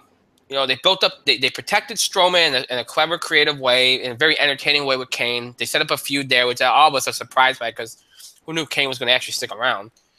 Well, I kind of said that, but you disagreed with me on it, but it looks like he's going to stick around. So you got the Kane thing, which was played out very well, and they made Kane look strong, they made Strowman look strong, and of course we got the "This is Murder" chant, which was pretty amusing. Lots of good spots. They did a really good job. The ending was very, very well booked. I thought they did a very good job. You know, Miz took the pin, which I didn't think they would do, but the way they did it was smart because they took everybody's finisher. So at least they protected him. They made Miz look actually pretty good there. And it was a good match. And the pay-per-view itself was very solid. Given what they had to deal with, you give them some credit. Look, I know a lot of people said, well, it didn't make sense for Kurt to be in there. I thought they played it off very well. Like they didn't shy away from the fact it was his ego that made him put himself in the match, which I thought worked very well storyline-wise. And then AJ, he made a favor with Shane. He needed a replacement. He thought it would be a good match. People want to say. I think they played that off very well too. And they even played it up like maybe Shane's going to have to like Kurt's going to have to do a favor for AJ at some point. I mean, they played it off very well. They made sure it kind of made some sense, and it worked out okay. It was a solid pay-per-view. It wasn't anything mind-blowing, but they did a good job. And then Raw on Monday, you know, I thought they had some good moments. The Kane beating Finn Balor thing, I didn't understand at all. I mean, yeah, he took 3 choke slams. To me, I mean, he just beat AJ Styles the night before. Now, I'm going to mention this, and I know you're going to comment on it. But one of the theories going around is the reason why obviously they did the booking-wise, they did it because Kane's going to be feuding with Braun Strowman, and they want to make Kane strong. So when Strowman goes over, it makes Strowman look even stronger. So obviously, that's part of the reason they did that. Although you could argue why they booked that match in the first place. You know, one of those guys should be losing, but I digress. Here's the theory that's going around. There's a theory going around that Vince books Finn Balor different than Demon Balor. If it's the Demon, Finn's going to win every match. If it's Finn, well, he doesn't have to win. That's the theory. I'm sure you have something to say about it, so I'll leave it there. But if that, I could buy that. I could actually believe that would happen. If it is true, that's dumb and stupid. But anyway, same thing, dumb, stupid, whatever. But yeah, I like what they did at the beginning. I like the thing with Miz and everything. They played it off well with Kane. I suspected Braun was going to be on the show, but I don't mind them keeping him off for a week because of the whole way they wrote him out on Sunday. I think that's fine. You know he's going to be involved at some point. They developed the women's stuff very well. Mickie James and Alexa Bliss segment was very good. Cruiserweight stuff was okay. Women's stuff was okay. I was always shocked about Alicia Fox, especially since early in the day it was supposed to be Bayley versus Sasha. They added Alicia Fox. She won. So Alicia's getting a nice little push out of this. Out of Nia Jax not being around. And Brock Lesnar, Paul Heyman was a very good segment. Paul Heyman didn't even try to put over Jinder Mahal. He pretty much buried Jinder Mahal and SmackDown, which, hey, you know what? It is what it is. He didn't say anything that was wrong. I feel bad. Like I said, I feel bad for Jinder because he didn't deserve. But they've done him no favors. They really haven't. That was Brock and Paul Heyman were entertaining, and then you got the main event segment, which some people thought was dumb and some people liked, and I kind of edged on the side of liking it because we used to try to make something more meaningful than last year. We're just like, oh, we're just going to be friendly competitors, Raw and Smackdown. We used to try to add some intensity. I would have liked a little bit more setup. Like I told this to Mike off the air. I wish they would have did something a little more personal, like maybe knowing that Survivor Series is coming. I know Shane had the whole thing with Kevin Owens, so he was busy, but I wish they would have done more in the last couple of weeks to plant seeds. Like have Shane be like, oh, I hate the fact that Angle gets all this attention. He's the Olympic gold medalist, and I feel like that brings more eyes. He could have been jealous of Angle and Raw, and oh well, I feel like we get screwed over in the draft. We don't get as many picks. I don't know. They could have done something to build this up a little bit better instead of having all these SmackDown talents come, including faces like Becky Lynch, and look like total jerks backstage, going around beating people, randomly people up. People that they might have had friendly relationships with at one point, all because of brand supremacy. That kind of seems a little dumb. I mean, there's some things I actually kind of liked hidden highlights. I noticed like AJ and Nakamura weren't getting involved. I kind of wish they had done the same thing with Becky and had her in the back not doing anything, because Becky's the one that kind of stood out to me like it didn't make much sense. New Day I could see doing that, but not Becky. So some things were kind of okay, but overall, I think I liked the idea of what they were trying. And boy, Shane McMahon looked like a total jerk in that segment. And apparently didn't seem to matter on SmackDown. But before we get to SmackDown, I want to talk about what's happened. Raw, TLC. I'm going to let Mike go now and his thoughts on Raw and TLC and what he saw before we get to the SmackDown stuff. Mike? To talk again? Mm-hmm. Oh my, look at I can talk now. This is great. Okay, let me start with TLC. That's such a good pay-per-view. I'm so excited to talk because you've been talking for so much tonight, and you should shut your whore mouth. Wow, that's aggressive. Right? Mm-hmm. I just like saying these things sometimes because I can. Sure, okay. Shut your mouth, you fat pig. I was trying to go for a Ravishing Rick Rude thing. I'm not going to do that. I like Ravishing Rick Rude. He was very underrated. Only had one world title reign, WCW. Much like TLC is not going to be received as. Okay. If Finn Balor versus AJ Styles happened in Japan, admittedly, it would have gotten twice the time. Right. Admittedly, it would have gotten about 40 minutes. Something special. And Dave Meltzer would have rated it 17 stars out of 5 because Dave Meltzer is a fucking homer for Japan. But let's be clear here. Dave Meltzer's just a guy with an opinion. If Kenny Omega was in any of these matches, Dave Meltzer would have rated it 17 out of 5. Let's be clear here. Because Dave Meltzer is the biggest Kenny Omega and Young Bucks mark on the planet. So, what Meltzer said doesn't really matter. His opinion on the show matters just as much as everybody else's.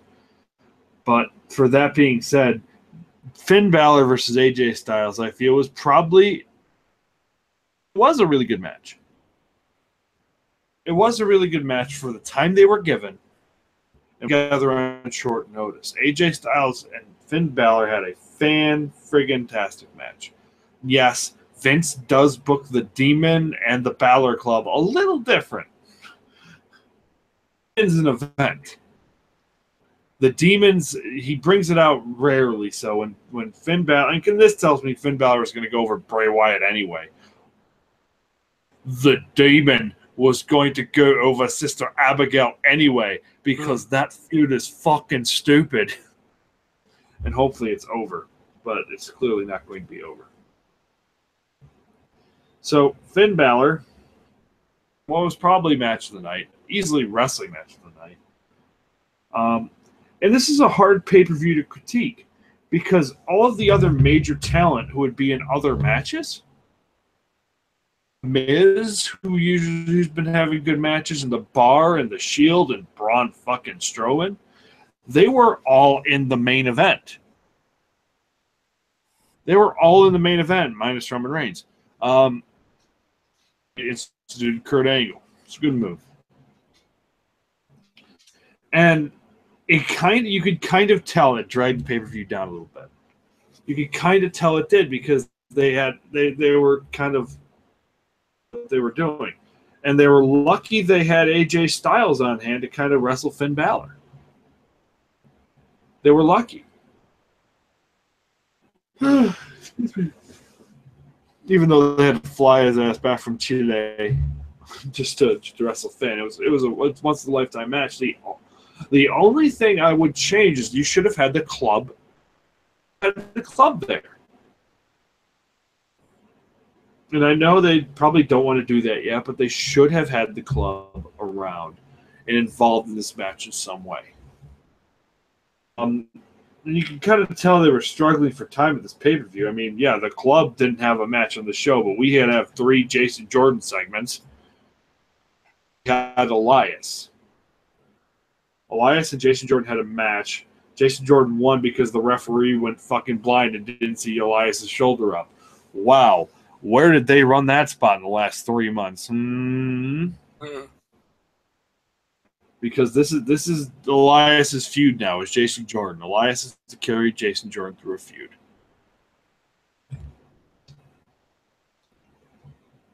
Enzo regained the Cruiserweight title. It's a time. Enzo's a talker. Enzo's a manager. A wrestler, and Enzo is not a champion. And Kalisto, and we've said this 100 times. I said this 100 times, and O'Brien, you agree with me. Kalisto could be your way in to the Latin market. Kalisto could be one of your brightest stars. So what did you have him do? Oh, stupid fucking decision. And he's probably jobbing to Enzo tonight, too. Probably is going to job to Enzo tonight. I could be wrong. I hope I'm wrong. I sincerely hope I'm wrong. I think I'm going to be. Kalisto tried his best to get a good match out of Enzo, but good luck with that. He tried. The 205 match, the Cruiserweight match, was Swan versus Gallagher and Kendrick. They literally ran, finished. They've run from Alexander. They get the win.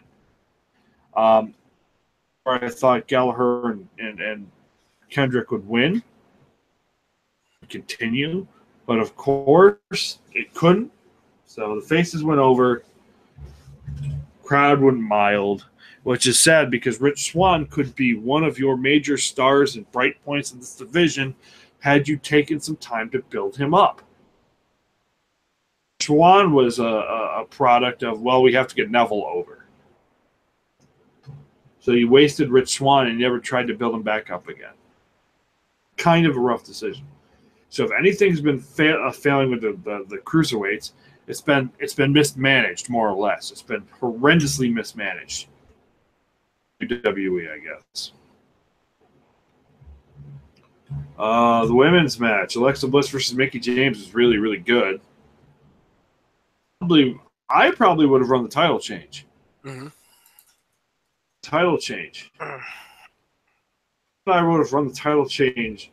Partially, would have kept Mickie relevant a little bit longer. It would have kept Mickie relevant a little bit longer, and they announced a lot of the Survivor Series card, and it's a lot of heel versus heel, which is the stupidest thing you can do. And they're not like the John Cena type of heel or their face. Boo him, or a Roman Reigns type of face where, ooh, we're going to boo him. This is traditional heels. Traditional heels. Who do you cheer? Do you cheer The Miz or do you cheer Baron Corbin? Or Natalya, or do you cheer Alexa Bliss? For semblance sake, the only match that has like the regular dynamic is Ambrose and Rollins versus the Usos. Asuka's debut should have been 5 minutes shorter and more dominant in Asuka's favor. Raw should have been 2 minutes shorter and more dominant in Asuka's favor. Like saying, well, the WWE is a step up, so the NXT star has to struggle. No. Asuka needs to be a dominant force. Her like the dominant force she is, you have made the biggest attraction in the women's. If you book Asuka like the force she is, and you make her seem important, and you make her go over everybody, she will be one of the most important things on any show you have. Not difficult booking. So 10 minutes with Emma, it made Emma seem like more of a threat than Asuka at times. Really bad booking on both Monday and on TLC. TLC, the match was fine. It was a clusterfuck. I expected a clusterfuck. Braun Strowman was the one who gets turned on. I thought it would have been Kane, but it was Braun Strowman. And I'm disappointed we didn't see Strowman on Monday, but then again, if Strowman, Lesnar, and Asuka were all in the same building, do you really think that SmackDown invasion would have gone as planned? Let's face it. And I sent you a message earlier because somebody had the bright spot to make a GIF. If that SmackDown invasion ran into the wall of Brock Lesnar and Asuka, SmackDown would have turned tail and gone to attack catering. Let's be clear here. So that's just how it is. If Shinsuke Nakamura saw Asuka, like, guys, we go other way now. Run. Nakamura knows. So, I digress. That's fine. It was good. Angle looked really good at times. You took him out for 10 minutes, which you had to do, and then Strowman became the story. It's had to be what it is. I'm surprised Strowman wasn't on Raw, but I digress. The Shield goes over the Miz. Shield bomb.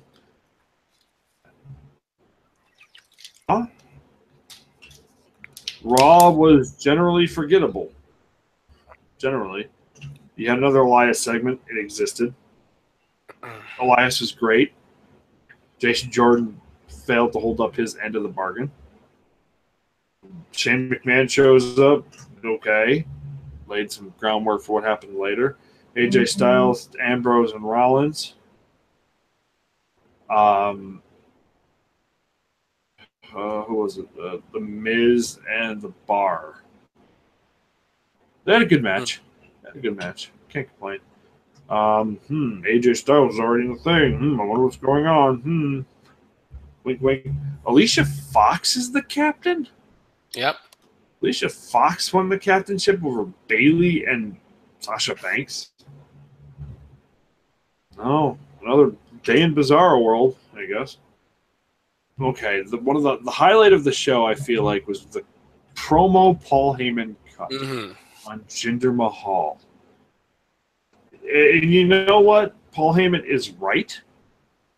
For Joe, yes, he got his barbs in, but it was generally respectful of Samoa Joe. Strowman, he got some barbs in, but he was generally respectful of Braun Strowman. These guys were legitimate contenders to the Beast.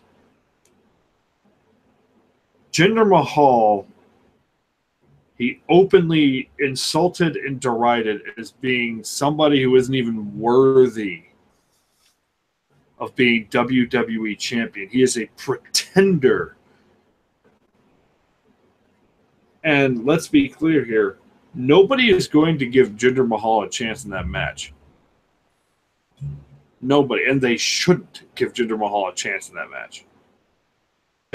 Paul Heyman just burying SmackDown Live and Jinder Mahal, It's good. It was a great segment. Great segment. Excuse me. Got the main event. Forgot what it was. Forgot what the main event was. It was the cruiserweights. Forgive me if I forgot what the main event was. The cruiserweights. No. I said it twice for a reason, Brian. Don't maybe repeat it so I can just drive the joke in further. Oh, it stops being funny. Stops being funny if I have to repeat it more than once, Brian. The main event was the attack. Brian. Yeah. You'd think Shane McMahon would have just waited a few more minutes to know who he's fighting. No. They had the attack, and the first thing they do is attack Titus Worldwide. That'll show him. That'll show him. But they do get to the club. They get to the Shield. They get to the women. Dana Brooke goes running in heels, mind you. Dana Brooke is the hero we deserve sometimes. Yeah. That takes skill. That does take skill. That takes skill. So Dana Brooke, credit and props to you. Yes, agreed. God bless. So Shane McMahon comes off as a giant asshole. Shane McMahon comes off as a giant asshole during this entire segment. It makes you want Raw to win. And by the way, the only time AJ Styles attacked anybody was ironically when he attacked Luke Gallows. Shinsuke Nakamura spent the entire thing just in the background like, yeah, you get him, guys. Shinsuke Nakamura did not do a damn thing, and it was hilarious. Looked like I don't even care. Funny. Nakamura, God bless him. Because Dillinger attacked people, Ziggler, even Bobby Roode attacked some people. The New Day were all about it. Becky Lynch showed like an aggressive side. It was interesting. It was very interesting. But Shinsuke Nakamura stood out for what he didn't do. And that was give a fuck. Shane McMahon comes off like a fucking idiot. So what are they going to do? Then they laid the seeds for Raw. I think is going to win the Survivor Series match. Mm-hmm. The seeds for that. They laid the seeds for that tonight with what they did. Yes. Are we talking about SmackDown Monday? Yes, I always thought Raw was going to win anyway because SmackDown won it last year. Yeah. So I thought it was going to flip. Yeah, we're going to talk about SmackDown, which I watched bits and pieces. And I read the rest. It was an interesting show. Mm-hmm. Interesting show. Obviously, this is the first time Shane's been back since he lost to Owens, and it looks like Sami Zayn was an MVP again this week. From his usual over the top way. And Kevin Owens was back. He didn't do a lot. I didn't think he would. Because of circumstance. I didn't think he would do a lot, and he didn't. But he was there. And we hope all's well there because it seems like they had a very rough week. So hopefully everything's okay. But he was involved. I think, you know what I told you off the air. I hate the tangent, but I think that Shane match is going to be the next pay-per-view. Based on what they're doing, what they kind of did tonight with Sami losing, because Sami and Orton had a match at the end of the night, which was going to decide who was the captain of the Survivor Series team. Orton won the match. You didn't hear me? No. That wasn't a match to decide the captain. Qualify for the team. It's you haven't read anything, have you? I saw the segment. Okay, well then you better tell all the people that are writing up some reason that Randy Orton's been named team captain. No. Here's the thing: they addressed this earlier. They addressed this in the night because let's face it, Shane McMahon flat out said You are going to have a match to earn your spot on the team because I don't want you on the team representing SmackDown Live. And he gave Kevin Owens off camera the same thing. Right, but he's facing Nakamura next week. Owens is fighting Nakamura next week because they wanted them to qualify for the team. Now, let's be clear here. The three guys who are more than likely always going to be on the team were Styles, Nakamura, and Orton. Just putting Owens and Zayn in these matches to keep them off of the team. Because then you say, oh, well, qualify because you didn't win. You didn't earn your opportunity. Now, Orton cheated to win this week. Orton cheated to win. He low-blowed Zayn. And so Randy Orton had to cheat to beat Sami Zayn. Hashtag. So it's not a qualify. Shane McMahon didn't want Owens and Zayn on the team. And by the way, it's good to see, finally good to see an opponent that Randy Orton has great chemistry with. Yeah, it's been a while. But finally, this is like the first time since maybe the Nakamura match, Randy Orton's actually was motivated to wrestle a match. And Sami Zayn bumped for Orton like no tomorrow. It was refreshing to see a good Randy Orton match. Yeah, I agree. But I think it's pretty clear that they're planning. I think it's pretty clear. I'm sorry for interrupting you, but I think it's pretty clear. Owens and Zayn are not going to be on this team. They're going to feature heavily in the match. Mm-hmm. And that's the thing with Kevin Owens and Sami Zayn, because they are still the strongest part of this show. Is the most interesting part of this show. I never thought they'd be on the team to begin with. And that's too bad because they are, again, the most interesting part of this fucking show. I'm surprised Shane's making him work matches. So. Well, they protected Zayn somewhat this week. I think they'll probably protect Owens again next week. So. Well, yeah. And I think it's easy to see what's going to happen here. Like you said, Owens and Zayn are going to be involved in the match. They're going to screw over Team SmackDown. And that leads to the match that we've been hearing about, which is probably going to be Shane and somebody else, maybe Orton, at TLC, not TLC, at Clash of the Champions. That's the only pay-per-view in December in SmackDown. And they'll probably put the faces over there because they haven't gotten over yet. And I get the feeling. Remember how Owens was supposed to go to Raw? Yeah. I think it'll happen there. They'll probably take Sammy with them, but I think it'll happen because there's no way that they can sell Owens and Zayn coexisting with Shane McMahon and everybody after this. There's no way. You know what I mean? This doesn't make any... I think they're going to stay on SmackDown for a little bit longer because I think they're going to end up with the tag team titles at some point. I mean, yeah. Unless they go to Raw and take it off the Shield. I don't think they're going to take it off the Shield. But but I think we see the trajectory of where they're going with the story now.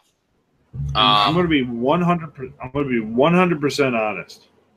If they take Owens and Zayn off of SmackDown, there is literally no reason to watch SmackDown. Not right. There's no reason. And I like Shinsuke.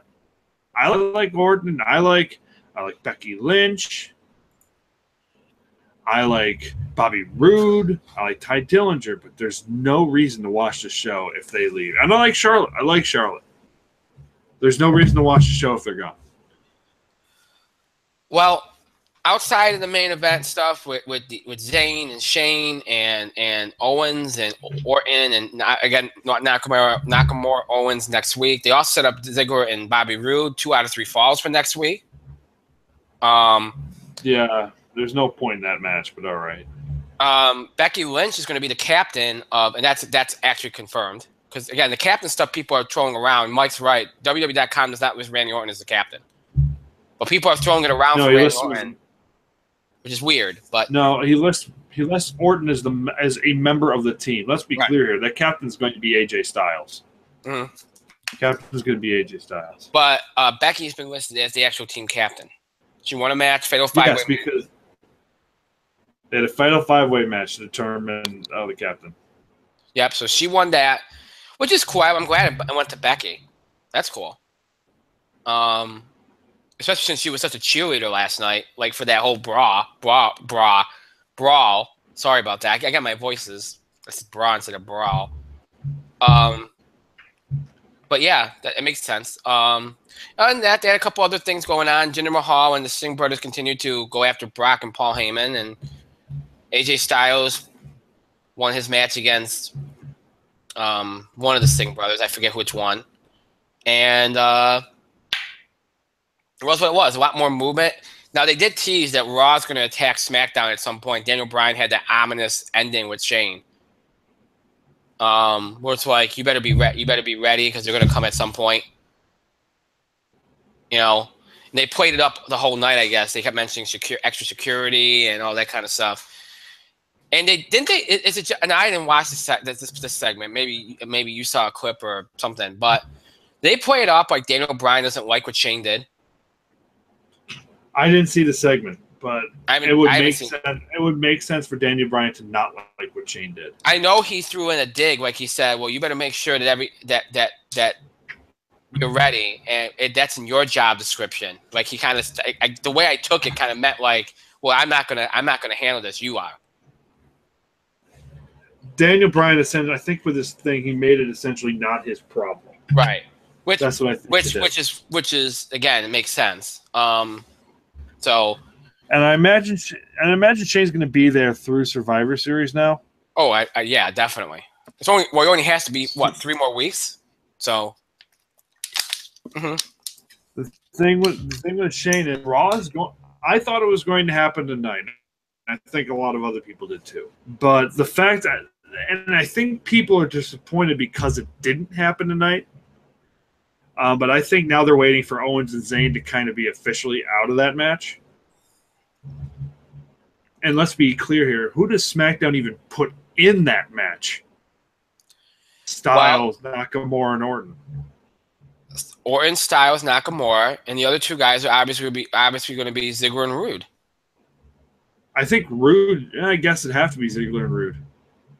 But they might make, a winner qualifies for the Survivor Series team. Will that be Bobby Roode? Bobby Roode's going to qualify. Who else do you put in there? Maybe it'd be Dillinger. You put in Dillinger? And Dillinger. Who do you put in, though? That's all I got. Raw's team doesn't make too much sense either, because if the stories are true and we're going to get Strowman versus Kane, that takes both those guys out of the Survivor Series match. Well, other than Finn Balor, who do you put in the match? Oh, and Roman Reigns if he's cleared. Roman Reigns will be in if he's cleared. Well, you'll have both Shield guys. No, because the Shield is wrestling the Usos. Right. Well, let's think about this for a second. Because think about this. The Miz and Baron Corbin are unavailable. The Usos and the Shield are unavailable except for Roman Reigns. So you got Finn Balor. That's it. I'm guessing Sheamus and Cesaro. Sheamus and Cesaro could be good guys to have on the show. On the thing. Wow, you're right. Maybe some guys are gonna be doing double duty. You know, maybe they've done it before.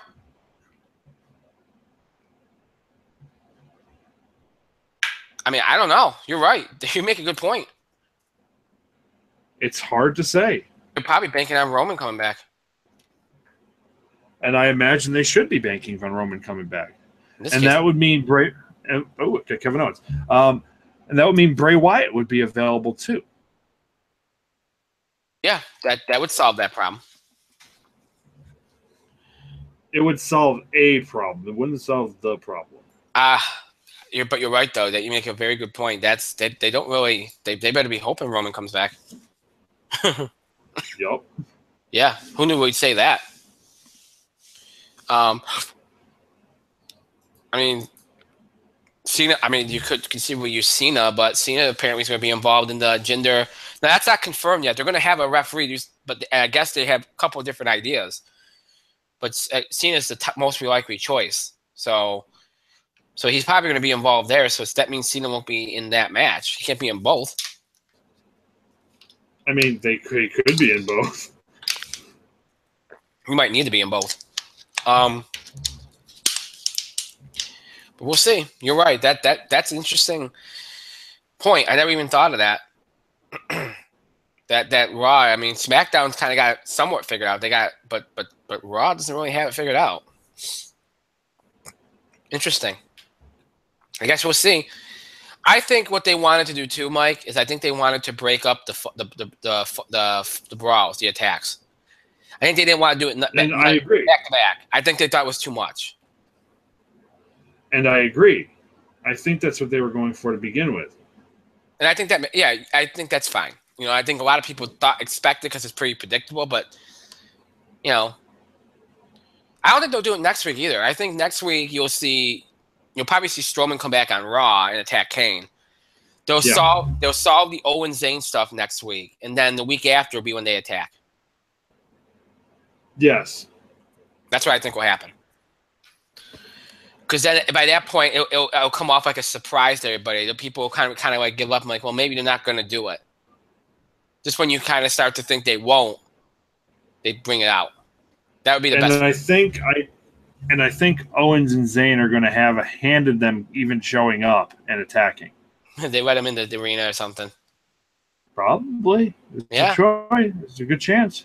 By the way, we forgot a part of SmackDown tonight that took place. The Fashion Files took place tonight. Oh, yeah. Well, I haven't seen it, so I don't know. Now, I'm excited. I didn't see it yet, but I heard about the segment. I like how they're each segment's inspired by something different. I'm really looking forward to next week. It's going to be inspired by Stranger Things next week. That sounds interesting. Really excited about that. They're going Stranger Things finally. Okay. Yeah, they're doing that next week, so that should be good. Yeah, but those guys continue to kill it, and wish they do more with them in this backstage, this film segment. But hey, they're good at it, so they deserve their own WWE Network show. I agree. I can't believe they haven't made it happen yet. They should. You know what they got? You know what they got to do, Mike? They need to do a ride along with Fandango and Tyra Breeze in character. I also agree. That'll be fantastic. Good opportunity. Hopefully they hear us. All right, so you can only go ahead.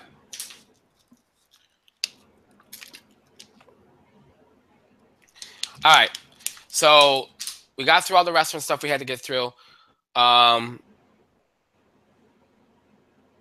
by the way, folks, for those that do not know, Roman Reigns and Bray, all those impacted by the viral infection that's going around WWE, they're going to be reevaluating next week. On Monday, I think. So we should know a little bit next week on when these guys are going to come back or how long they might be out. So, score update. The Dodgers have won Game 1 of the World Series, 3-1. So, Game 1 goes to the Dodgers. Very quick game, as I was telling you all during the game. So, Game 2 tomorrow in LA. And that game, again, will be on Fox. And we'll see what happens. I said Dodgers in 6, right? So, they're off to a good start. I believe it'll be Darvish tomorrow for the Dodgers. It's definitely Verlander for the Astros. Yeah, I think it's Darvish tomorrow. So Darvish and Verlander. So that should be good. Another good pitching matchup. All right, so with that being said, we got through everything. Again, we'll talk more about the World Series as we go along and all that kind of stuff. And that's it for tonight. As always, the show might be over. It does not mean you have to stop interacting or contributing to our show. Continue to have your voice heard. Send us your feedback, your questions about the show, scheduling the show, topic ideas, breaking news items, for sports, entertainment, wrestling you want us to cover, reactions, comments, opinions on things we talked about in the show. Any things you can do by email, Facebook, and Twitter. You can email us at itspotlight411@gmail.com. You can also follow us and tweet us at itspotlight411. Again, anything you tweet to us, make sure you use the hashtag itspotlight411. Or anything you tweet involving us, please use hashtag itspotlight411. And, of course, you can find us on Facebook. Just search for In the Spotlight 411 on Facebook, and then make sure once you're on our fan page or once you find it that you like it so you can follow us and contribute and interact with us and all that good stuff. You want to follow us on social media so you have access to information about the show, updates on the show, scheduling of the show. We also post random things on our social media feeds as well. So you want to make sure you follow us on Facebook and Twitter so you have all access to all of that and more. Just search for In the Spotlight 411 on Facebook, and of course, again, search for at In the Spotlight 411 on Twitter, and follow us on both so you can have access to all of that and more. You have two ways to keep up with the show and look back at classic episodes. You can either stream us anytime on Google Plus and YouTube. Just search for In the Spotlight 411 on both those sites. And once you're on our show pages on both sites, you'll have access to every episode we've ever produced for Google Plus and YouTube. That's every episode from October 2015 right up into tonight's current episode. Mid-October 2015, all the way up into tonight's current episode. They're all available for you to stream anytime you want. So just go to Google Plus and YouTube and search for In the Spotlight 411, and you'll have access to those episodes. If streaming is not your thing, maybe prefer to listen to us rather than see us on screen. Maybe you want to listen to us on the go. Maybe interested in older episodes of the show. If any of that applies to you, go to our main host sites, Podbean and iTunes, and search for In the Spotlight 411 on those sites. And once you do, you'll be taken to our show pages on both sites. You'll have access to every episode we've done over the 7 years we've been doing the show. So all of our original Blog Talk Radio episodes from October 2010 and January 2011, all of our episodes from our talk show run from January 2011 all the way up to mid-October 2015. Of course, all of our Google Plus and YouTube episodes from mid-October 2015 right up into tonight's current episode, all transfer into audio format for your convenience. Those episodes are all available for you. All episodes in order from most recent to the oldest. All episodes available to you to listen to anytime you want, on the go. You know, whatever you want to listen to us. Maybe you missed an episode, missed part of an episode, you want to check out an episode again. Whether you're a long-time fan or a new fan, maybe you want to check out an episode from 4 or 5 years ago or a current episode, whatever the case, you can do all that on our main host sites, Podbean and iTunes. Just search for In the Spotlight 411. So 4 ways to keep up with the show and look back at classic episodes in the Google Plus, YouTube, Podbean, iTunes. Got Google Plus, YouTube, Podbean, iTunes are your ways to do that and more. Just search for In the Spotlight 411 and search for In the Spotlight 411, and you can do all that and more. I want to thank Mike for being here tonight. Thank you, Mike. A couple things before I go. Mm-hmm. Apparently, we lost one of the good ones recently. Guillermo, I'm not sure how to say his last name, and I looked. He died of cancer at age 89. Emmy for his role on Benson. He was on that show for a long time, and he was on A Different World, a few other shows, and for younger fans, he's most notable as the voice of Rafiki from The Lion King. Yes. There's a big loss for Disney and television fans. Also, Canadians, they knew that this news was coming, but it's still all the same when it did. The frontman for the legendary Canadian band, the Tragically Hip, passed away. He was like 50-something. I'm not certain how old he was, but he passed away after a long struggle with, I think it was cancer. Obviously, it's cancer, I think.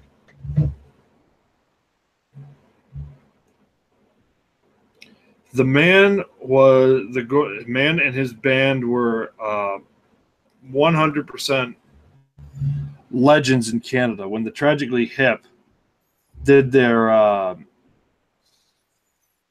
show, like I think most of the country watched. They watched. Pretty much all of Canada shut down for the Tragically Hip. He was age 53. 53. From glioblastoma. Wow. So cancer.